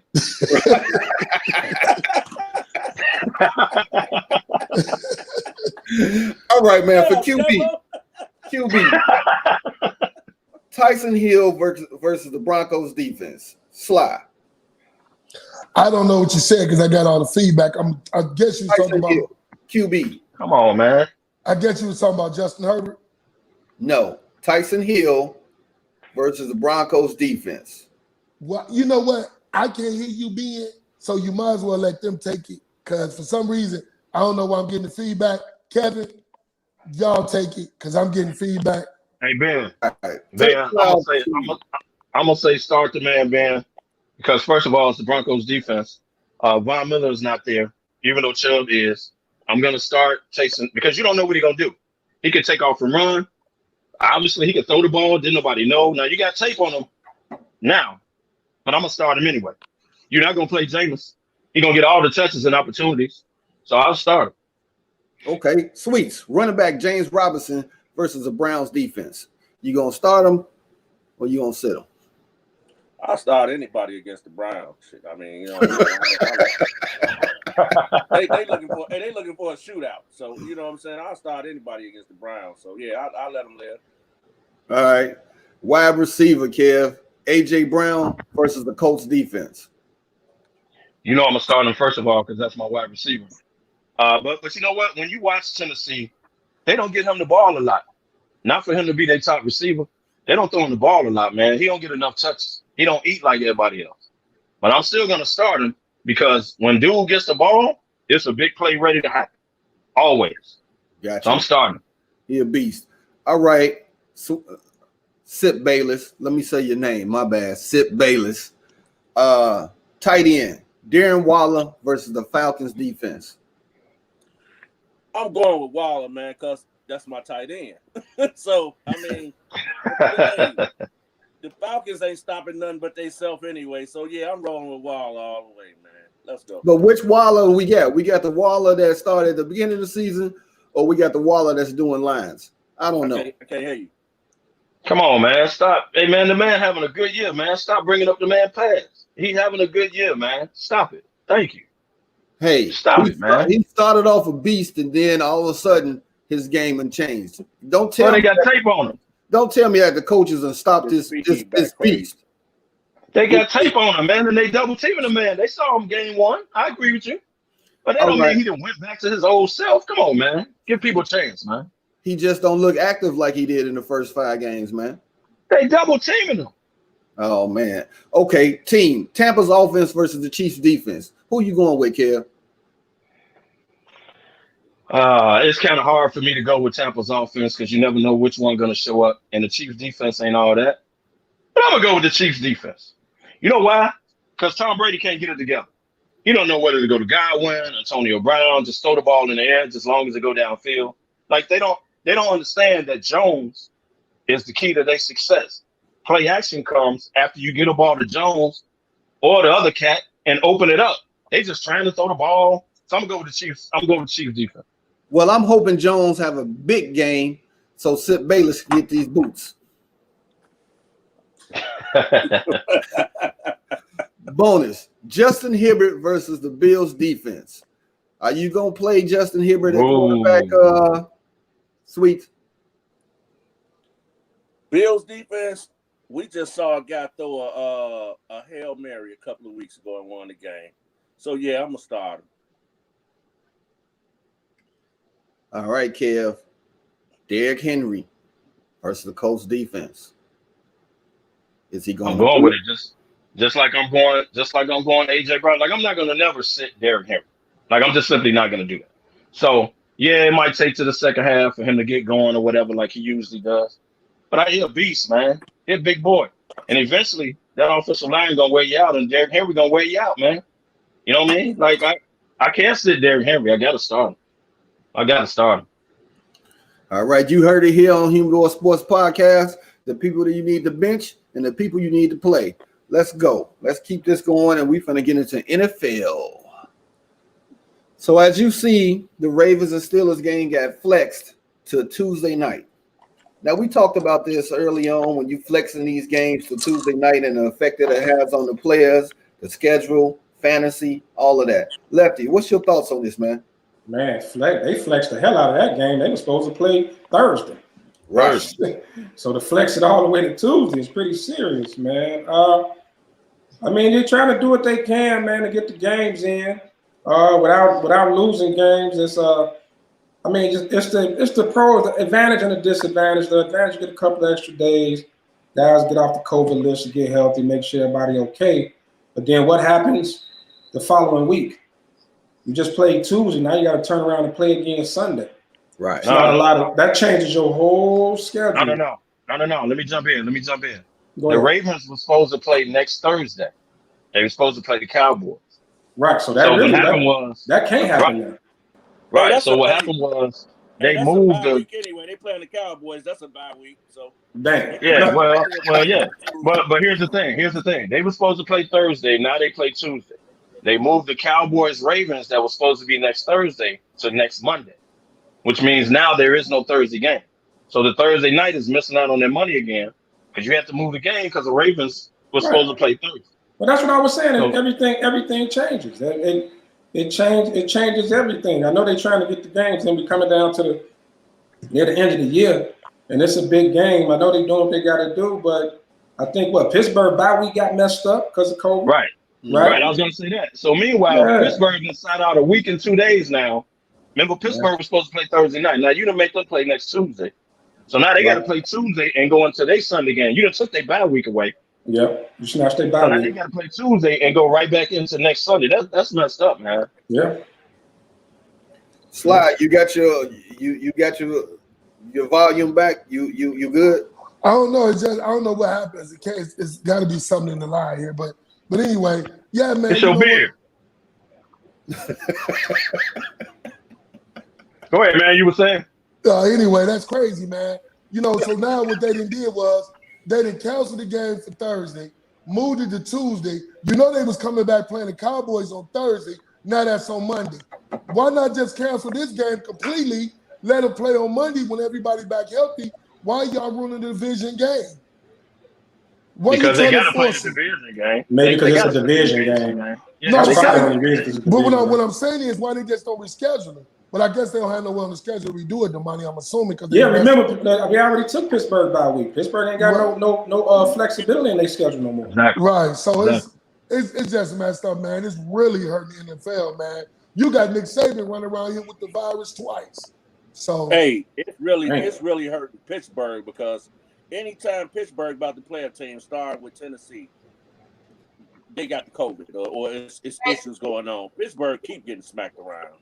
Yeah. So, I just wanted y'all to see the kick from the historical kick from the Vandy kicker. I'm gonna go ahead and play it right now for y'all. Hold on. How she played? Wow. Right on, sister. She got some height on her. Right. So they She ain't making no her bigger shorty. than she look. Right, she ain't no shorty. Right. She look Well, all they say through. she a soccer goldie too, though, right? Hey, Yeah, let that placeholder fumble that ball and watch what happens. Stop being funny, Damani. I want to see her get hurt. I said let him fumble that ball. Man, she come in kicking. She finna take a scholarship away. Oh, she got kicked on off. kickoff. She got on kickoff, not a field goal. What if she had to tackle him on a run No, back? they let her run. They let her run off the field. They Nah, let her run she off the ran, field. she ran right off the field. Right up. That's not historic. That's just like, oh yeah, here you go. Here's a pat on the back when you play some football. That's not historic. That's not allowing her to play. That's not Hey, allowing. Ivan, I thought she was kicking a field goal. Hey, Now that would have been a let short. me ask y'all this question though. Somebody break that first line and they run into us that kicker. Is she gonna tackle them or is it 7 automatically? She went. It's 7. Hey, she already ran off the field. You just gonna count that. Count that. Well, it's 6. It's 6 depending on the extra point. Right. She ran off the field, Daryl. Being sexist or anything, She ran off the not field gonna- immediately. She not gonna tackle Devin Hester or anybody running towards her when they break that first line of defense. You broke up Devin Hester? Well, most kickers don't have a chance anyway. Right. But she ran off the field. It was like, nah. She can't even put her body in. She can't put her body in the way because if somebody block her or if dude, say Cordell Patterson, big swole Cordell Patterson, put his head down and just run through her. Win. Hey y'all, Man. James Conner did tested positive. Pittsburgh in trouble too. Yeah, I saw that. Yep. James Conner just tested positive. Hey, and that's my Well, if he would have played Thursday, he'd have been good. Hey, Well, he might have infected the whole team. Huh? He might have infected the whole team. Right now. Damn. Is he on your squad? Player, Hey, Yes. Good job. Your running back only gave you 2 points. Oh my God, man. Zeke is horrible, man. Gave me 2 points. no, what's horrible is Jinx beard, Daryl. Damn. Wow. What's Okay, man. What's horrible is how your knee affecting that Wi-Fi over there. So I can hear the background noise. That metal plate in his knee. Hey, last week we talked about the Saints not going with Winston and went with Hill. He threw the ball well. He had the offense looking normal. They put up 24 points. Yeah. What's your thoughts on it now, man? Are they going to be Hey, able man, to let me another say this. week? Let me say this. Cook is my tight end, right? I don't want to see that the same thing I seen last week because if I wasn't playing tie, I wouldn't even got a win in fantasy. Oh. They don't throw on the ball. Ooh. They didn't throw to my tight end all this college. They ran a college offense, man. This guy was the star of the show. Whereas usually Breeze is hitting Thomas, you know what I'm saying, Cook. Kamara. Do a little running. This guy was the star of the show. I don't want to Kamara Sweets. Kamara ain't do nothing either. That's our loss. With my tight end playing, I don't want to see it this week. I'm over. Kevin, that's not how you lost. That is. My normal got your ass whooped. No, well, hey, that's why you lost. Hey, Lefty, he got them boots, baby. First of all, let's be honest. I didn't beat everybody on this panel. I gave you them KDL threes, baby. First of all, I'm KDL everybody on this panel. But that's neither here nor there. No, you didn't. I want to know against you, sir. But now me and you split, just like me and Sly split. We played already. We did split. I played you early. Thought that was our first time playing. Me and you split, and me and Sly split. But that's neither here nor there. Look, the dude didn't throw the ball around just like Sweet say, because Kamara gives me 20 to 30 every week, and he wouldn't give me 20. So that shows he didn't spread the ball around like you said. It was all about him because he was keeping the ball running. But now you got tape on him. So now let's see. Well, and also we also got to keep in mind, man, that was Atlanta's defense, the worst defense in the league. So it wasn't like it was up against it. Now let's see what he do against Fangio defense this week. That's going to be a test. Let's see what he do against Fangio do. I get that. That Denver defense, like we talked about earlier, got Tua put on the bench. So let's see what Sean Payton can draw up against Denver defense. Slide dog. Hey, man, look here, man. Y'all already know Winston should be the starter. Sean Payton over there, he got my boy sitting on the bench. He's sitting on the bench while Tim Tebow is playing. This is absolutely pathetic, and it's a disgrace to football. Tim Tebow? And Sean Payton need to be fired. Fired? Come on. Fired. Hey, come on. Fired. That's true. Hey, Sly, did you see Winston play that game last week? Yeah, I know. He looked absolutely That was terrible. terrible. But I still think they should have gave But hey, man, but you either brought the man in as a backup quarterback or you did not. So come on, man. I mean, it's a backup quarterback time. Your starter hurt. You put the man out there. You brought him in. Come on with all this gimmick plays and keep the ball and run and come on, man. Put your backup quarterback in. Hey, Kevin, do $21 million sound like the reason why? Well, you know what? Taysom Hill was getting a lot of snaps anyway. I think you could have started Jameis and still had him come in, maybe play a little more snaps than he was doing. But just mix it up. I think they could have mixed it up. But like I said, you're gonna see this week against Fangio defense. Right. We're gonna see. You're gonna definitely see it. He up against a real defense this week. Because that's all he gotta do is probably split these games, tell you the truth. But technically, they can't split these games. Or else Green Bay could have a possibility to overtake them again. Well, when is Breeze coming back? Because ain't he half dead? Man. He coming back for the playoffs. That man got everything busted up on him. He ain't coming back for the playoffs. Man, half dead. They said initially 3 to 4 weeks, but you ain't heard them make a comment about Breeze at all. Dude, I thought he was when they gave all his injuries, I thought he was in a car accident. I heard he going through surgery to be like RoboCop right now.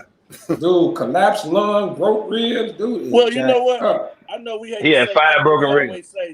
We always say we hate to see any player get hurt or anything, but it serves him right because at the beginning of the movement, I knew you was going there. He was one of the ones that, he had his flag, and his team expressed the frustration with him. So, hey, I ain't have to deal him no justice. Somebody else. Well, his team certainly lit into his ass. Well, he had to come apologize to the team and all that. He got it. But he got his karma, right? I still don't want to see the man get hurt, man. The man I like that. 5 broken ribs, collapsed lung. Come on, man. So I got questions for y'all, man. I think Lucky said it one time at the height of all this. It was a lot of shucking and jiving and I'm on y'all side at one point from a lot of them cats. And you got to see who really felt how they felt. You know what I'm saying? So I don't feel sorry for Drew Brees. You know what I'm saying? Like, he had a great career. I ain't have a problem with it up until he made his statements. That's fine. So if he got to sit out hurt the rest of the year, that's cool. Do y'all think he's done after this year? Yeah, he looked like Big Man this year anyway. He throwing. I think so too. I would be. I would be, man. But you got it in your blood to sit his ass down. You got it in your blood. It's hard to walk away from the game. It is. The only thing that'll keep him going right now is him and Brady going back and forth for that the touchdown title. The touchdown thing. Get changed. And Brady got whacked, so I mean it's still and when we start talking about Brady, I got a rant for your ass, and I ain't got no alpha. Five broken ribs. Looking for it. I got a rant for your ass. 5 broken ribs and a collapsed lung at age 40. He's on the mend right now. I guarantee you his wife is in his ear right now. This is his last year. Trust. Hey, when it happened, his wife was on TV like, Ricky! Hey, you know what, Ben? I know you got some other stuff going on, but I got a 30-second rant. You tell Mike McCarthy him and them damn watermelons are the most disrespectful thing you can ever do to black people. You want ignorant mother MF. That was disrespectful in front of them young black players that sat there and started busting them open. Do you know what they used to do and how humiliating it is? They used to beef us about watermelons. That shows you we as our people don't even understand and know our history. Mike McCarthy, you an idiot. Your whole coaching staff is an idiot. Zeke Elliott, you an idiot. All y'all are idiots. And y'all Smokefella finger, baby. So you give y'all allow him to do it. Finger, huh? Give him the Smokefella finger. Now he said he was trying to imitate Gallagher. What is his name? Gallagher. Carrot top. You know what I'm saying? But Sly, you made a great point, man. It's hard to let that roll out my mouth, but man, that was a great point, man. They need to wake up, man. Dude. Well, Jerry Jones already told him that. Remember, back, anybody kneel on my team getting fired. Remember that? So that set the tone too. Well, Jerry changed that stance quick. Yeah, he walked it back, but he originally said that. So that tell you where they are with the culture in Dallas. So I got a question for y'all, man. If y'all was starting a team and you had to pick the most physical wide receiver to put on your team, would it be Mike Evans, DK Metcalf, AJ Brown, and I'm gonna throw in Devontae Adams for this season? Man, have been physical. Much as I hate the Packers, I'm going with Adams. As much as I hate the Packers, I'm going with Adams because I just seen them big. Now we can go to DK Metcalf with the rundown when he ran my man down, but I'm talking about in the end zone. I played Damani one week, and Aaron Rodgers and Devontae, they was getting money. Devontae Adams, big boy in these guys in the end zone. He gets money every week. To a running back in 2 yards. They throwing that slant. He big boy in these guys all season. Devontae Adams really catches the ball. He makes the play. He runs for daylight. If we're talking about a physical wide receiver, I'm going with Mike Evans. What? Mike Evans is that dude. Mike Evans is that dude. Mike Evans is that dude in the end zone. That's why he's double teamed all the time. You can go with Metcalf if you want, but if you notice, Metcalf, he bodies you up when he goes. Mike Evans is physical in the end zone. Mike Evans ain't physical.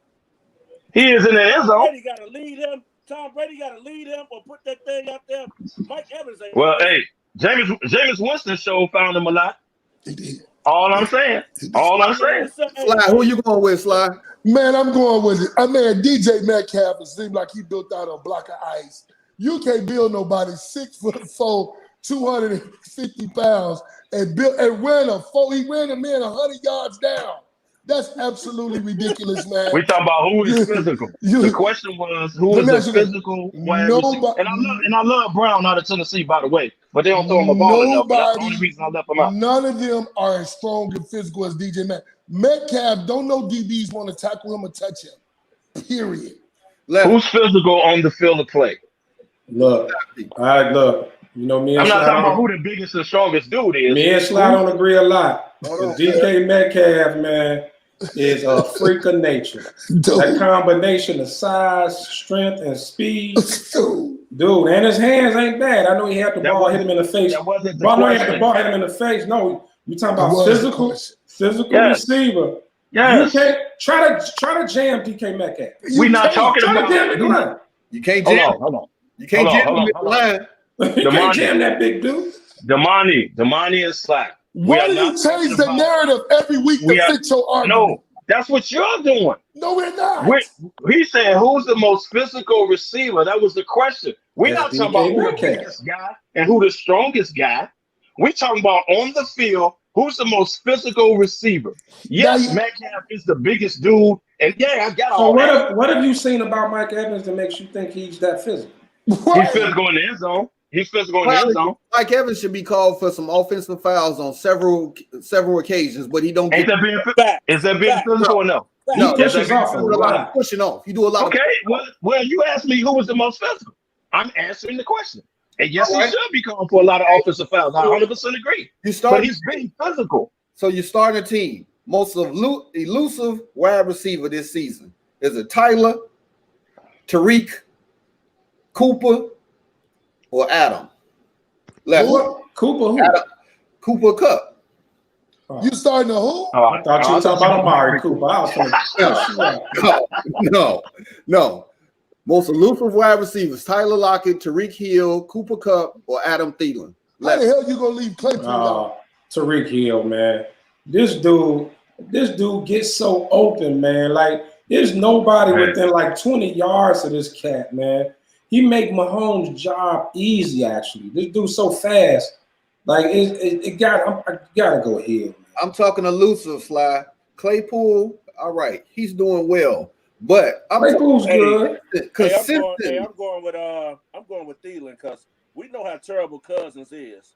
So if you can make Cousins look good, I'm going with Thielen. Damn. But Thielen is not elusive. Dude, did you see him last week? Come on. He's elusive to you? Dude, they couldn't get him down for nothing. That's because the Bears defense was lacking and they were trying to go ahead and pop that ball out instead of wrapping his ass up and tackle. They were trying to go for the strip, and he was able to sneak out. I would say that. I say Thielen is shifty. I think Thielen is very shifty. Like I wouldn't say he's elusive, but he pretty shifty. He knows how to get open. By the answer to the question, by who he put in the group, you got to go with Tyreek Hill. Yeah, it's Hill. The answer is Hill. Gotta go with Hill. You're not gonna get Lockett no love. No, I was gonna say Lockett Cole, but not over Hill. Not over Hill. Again, I'm going with Thielen because he's playing against Ben this week, and y'all can take that bad mojo elsewhere. I'm sticking with my team, my receivers, my players. This is a big week. Hey, Sly, you gonna respect Cooper Kupp though, because Cooper Kupp was giving the business to everybody and their mom. Cooper Kupp balling now. I'm gonna get you. That's my guy. I don't think he's elusive, but he's having a good year. Hey, Nicole Heyman, I've been trying to get into your league forever. The two boys won't send me any information. Can you please reach out to me so I can get it? Because they don't want me to play because they know I'm going to win every game. We added you to the group. No. Hey, Nicole Heyman, I'm great with the 12 o'clock games. I suck at the 3 o'clock game. Carry on. All right. Hey, Kevo. That sounds like the story of the Giants season, man. Protect yourself at all times. Hey, why y'all tripping? The Giants may make the playoffs, man. We have not talked about the Giants all day, Sweets. Sweets, we ain't talking about, and the Giants have won 2 games in a row, by the way. The Giants may actually make the playoffs, man. I just told somebody the other day, we looking at the division, and I'm going to keep it short. Everybody was 3-7, 3-7. The Eagles 3-6. The Giants play the Bengals Sunday. I say, do you know if the Giants jump in first place? We coming to that. We coming to that, but I want to ask the NFL top defense right now. If you had to select, are you taking the Rams, the Bucks, the Steelers, or the Colts? KDL. That's an easy question. I'm taking the Steelers all day. Number one, get the Bucks out of here. Get the Bucks out of here because their defense ain't all that. So we got to never. The Tampa Bay wins 2 games, and all of a sudden they the best team in the NFC. And here go Tom Brady. They finna get on the road. No, they're not. The Bucks get exposed every game. Stop that. The Steelers are clearly the best defense in the league. Now the Colts have a good defense. But they're not better than the Steelers. You selecting the Steelers. The Steelers. All right. The Bucks lost. The Bucks got whacked. I know. That's what I'm saying. We get the Bucks out of here. They false land. We get the Bucks out of here. I'm going Indy. I'm going Indy. If you can get one over the Steelers, I'm going Indy. I'm with Sweets. I'm gonna go with the Indianapolis Colts. Indianapolis Colts over the Steelers all day, every day. Go ahead, Damani. Lefty. Never. I'm going Rams.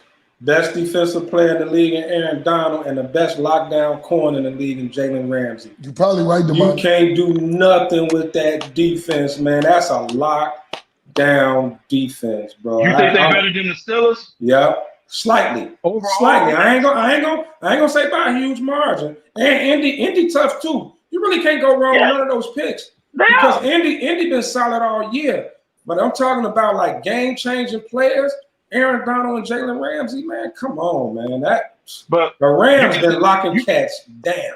You got the best two players at their positions. What I'm saying is overall defense. Because if that's overall the case, defense, the Rams they top 3 in the league. And Damani, overall the defense, Bears, you could say the coach. You could say the coach overall defense. Damani, the Bears was an offensive play away from beating them.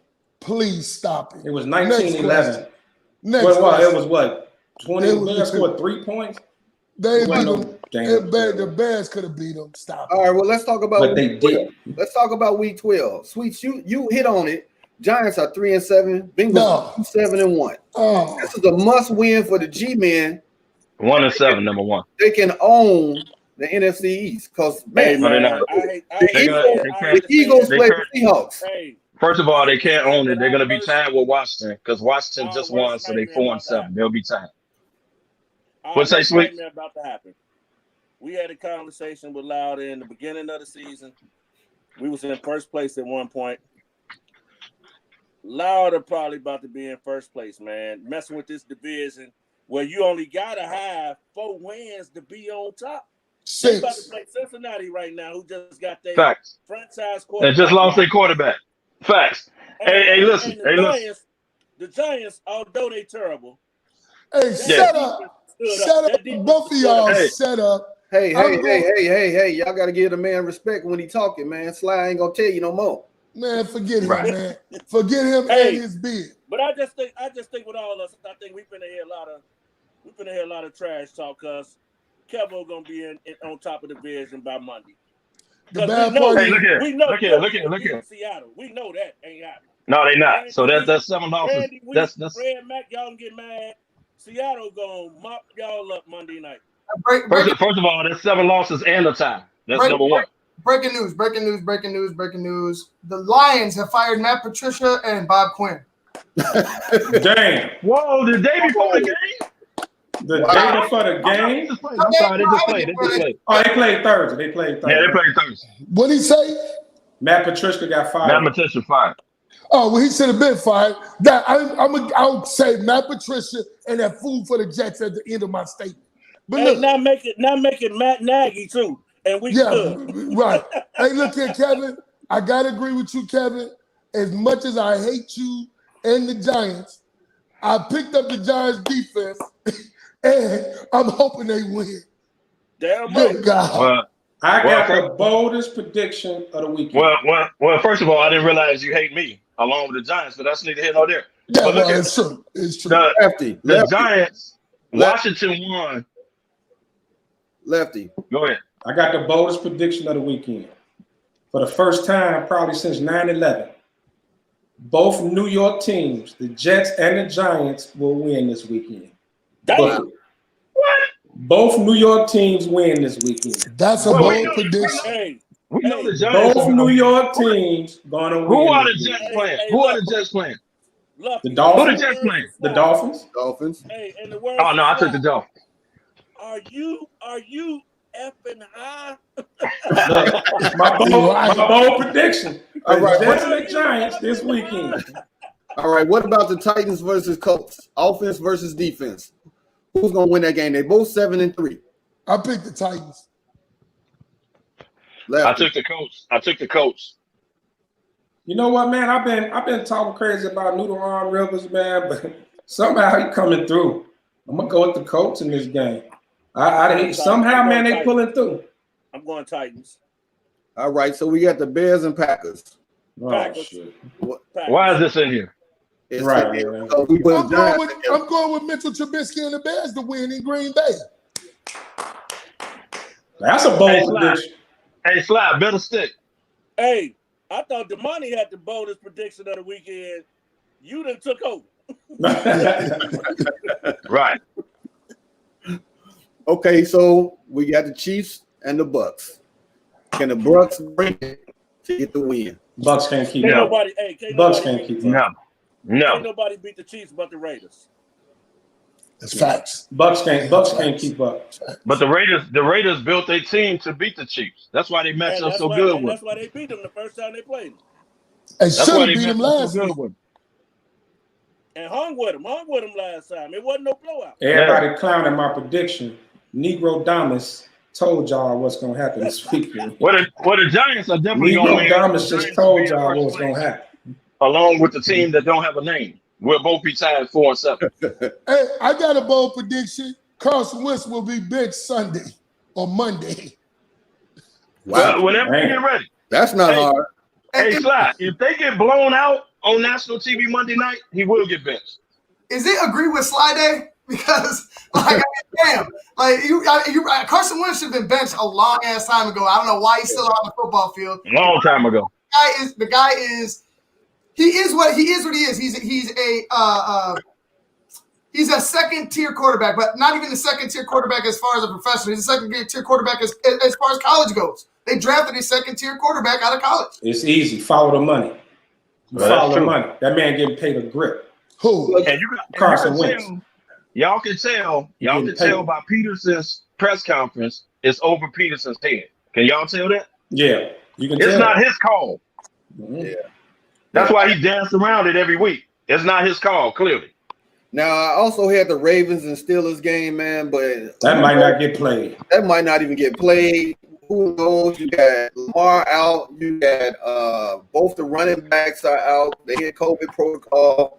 So I can just see the Steelers just running over them. That's like another Steelers win. Lamar Jackson not even playing. I said it before COVID or anything came in.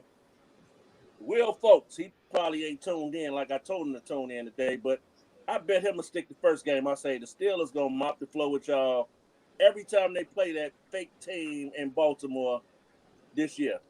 The Steelers whooped them. They was gonna whoop them Thursday. They was gonna whoop them Sunday. They gonna whoop them Tuesday. Now we got a game to watch. Detroit did what the Bears should have did. Fired a coach and told the GM to go with it. The Bears gonna wait till the end of the year when they don't make the playoffs and they lose 5 or 6 straight. That's when the Bears gonna make the move. Hey, Damani, I'm going to give you 60 seconds of rant on Tom Brady. Let's go. Man. 60? Can I get 90? 90 seconds? Yeah, I'll give you 90 seconds. Let's Look, go. I told y'all beginning of the season. Told you when he signed with the Bucks that Bruce Arians and Tom Brady was not a good fit. Bruce Arians gets all his quarterbacks killed. All his quarterbacks throw a lot of interceptions. He wasn't going to change his offense to fit Brady. Bruce Arians is who he is. So everybody now all of a sudden is shocked or seem to be shocked that Brady is somewhat struggling. Let's face it. Even in New England, the key to getting to Brady was always putting your pads on him. If you can hit him, if you can get to him, you can shake him up. In New England, they got the ball out of his hands. That was what they did every time. You get the ball out of his hands quick. That's not Bruce Arians' system. He's not going to change his system. He never was. That's just what it is. It was a bad decision on Brady to go to Tampa Bay. That was not the right move. It was not a good fit. Football is about system fit and skill set, and it just does not fit. He making Brady look horrible out there right now. That's it. That's all. Smokefella finger to all those Tampa Bay gonna win the Super Bowl because they got Brady. Here, take a Smokefella finger, turn it sideways, and stick it up your candy ass. There it is. So Damn. Oh, well, tell us how you really feel. All right. Hey, when Lucky kick it off like that, you gotta roll with that energy. Keep that same energy. Keep that same energy. Keep that energy. I'm gonna give him credit because I said Bruce Arians would change it up because he got a 40-year-old quarterback. He's not gonna throw the down the field pass like that, because that ain't Brady. And we had that conversation, didn't we, kid? We had that conversation, so I'm gonna give Lucky credit. He called it because Brady is now just throwing the ball downfield to absolutely nobody but the other team. His receivers ain't even in sight when he's just chucking the ball downfield for no apparent reason. No apparent reason. Like, that's the play. But he shouldn't have enough clout to change the play. He should have enough clout to be like, no, we ain't running that. Look at fellas, that's what we're going to do. He should have enough clout to do that. I don't know why he's just throwing the ball. Like, he's literally throwing the ball to nobody. It's hard. He's throwing it to the route, and the route ain't there. So he should, with how long he been in the league, he should be able to change that up and just check down. but he launching it, and that's a he bad. won't do it. Yeah, he won't. That's never been his game. The only year Brady was the deep ball was his thing was the year Moss was there, and we all know with Moss. All you got to do is put it up. But he was a younger Brady then. He was a lot younger. He had a strong arm. He was a lot younger. But we all know you can even say the last 5 years, man. Like Brady, that's not his game. It's just not. It was a horrible fit. A horrible fit. Well, fellas, we at the end of this train ride, man. So we're gonna do our parting shout outs. Sweet, since you guest, we're gonna have you go first, man.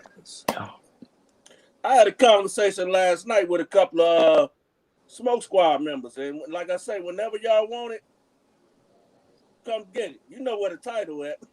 Come get it. But hey, I enjoyed kicking it with my brothers today, man. Can't wait to do it again, man. Ben been on me to come on here. I had to show up. Let's do it. Love y'all, man. And let's everybody stay safe, man. This shit getting rough out here. No doubt. Sly Dog. Hey, man, you know what, man? I woke up, man. 2020 has been a horrible year, fellas. I woke up, man, and one of my cousins in the hospital got thrown on the red line. I don't know if y'all heard about it last night. I woke up with that, and it was his mother's birthday, which is my aunt. Let me tell you something. I saw it on the news. Yeah, so let me tell you something, man. Is 2020 is what it is, man. I heard another guy I grew up with. Man, he got hit by a car, broke both legs, arms, neck.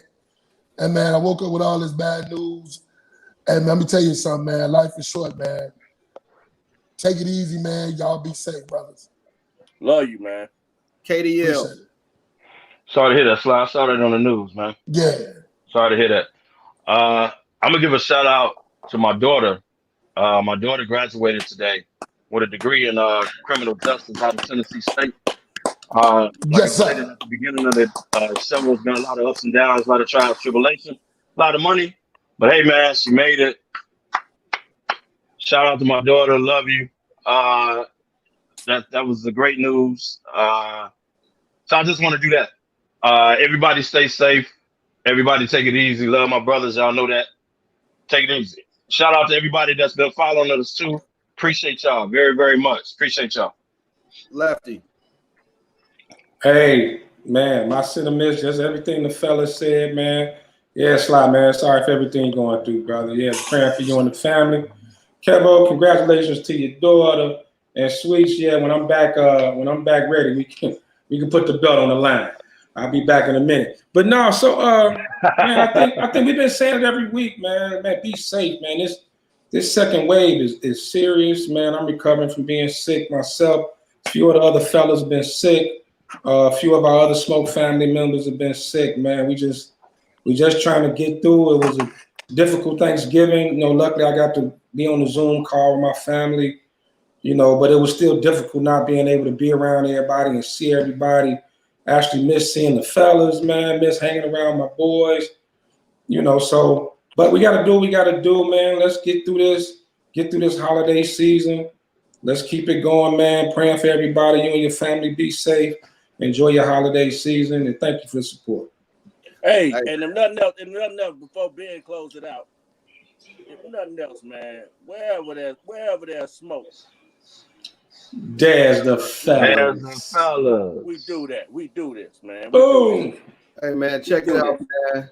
Want to thank everybody for, joining us on this Saturday afternoon as we do our madness and give love to the world of sports. But I do want to send some special shouts out to KDL's daughter. I want to send a shout out to Tony Barber that he gets his health back, man. Prayers to all the Smoke fellas that have been down the last couple of weeks, and to our extended Smoke family.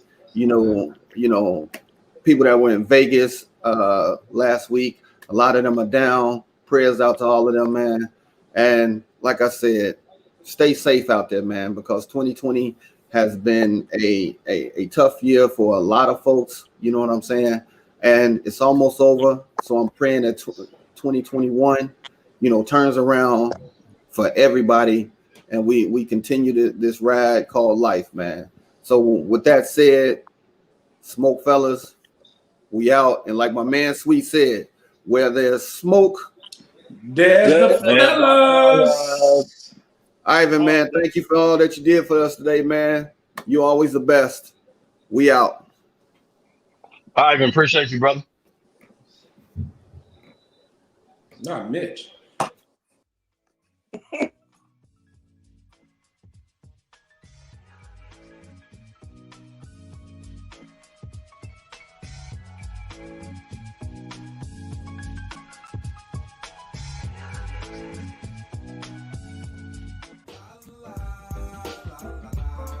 It's a romance sport. What? It's a romance sport. Yeah,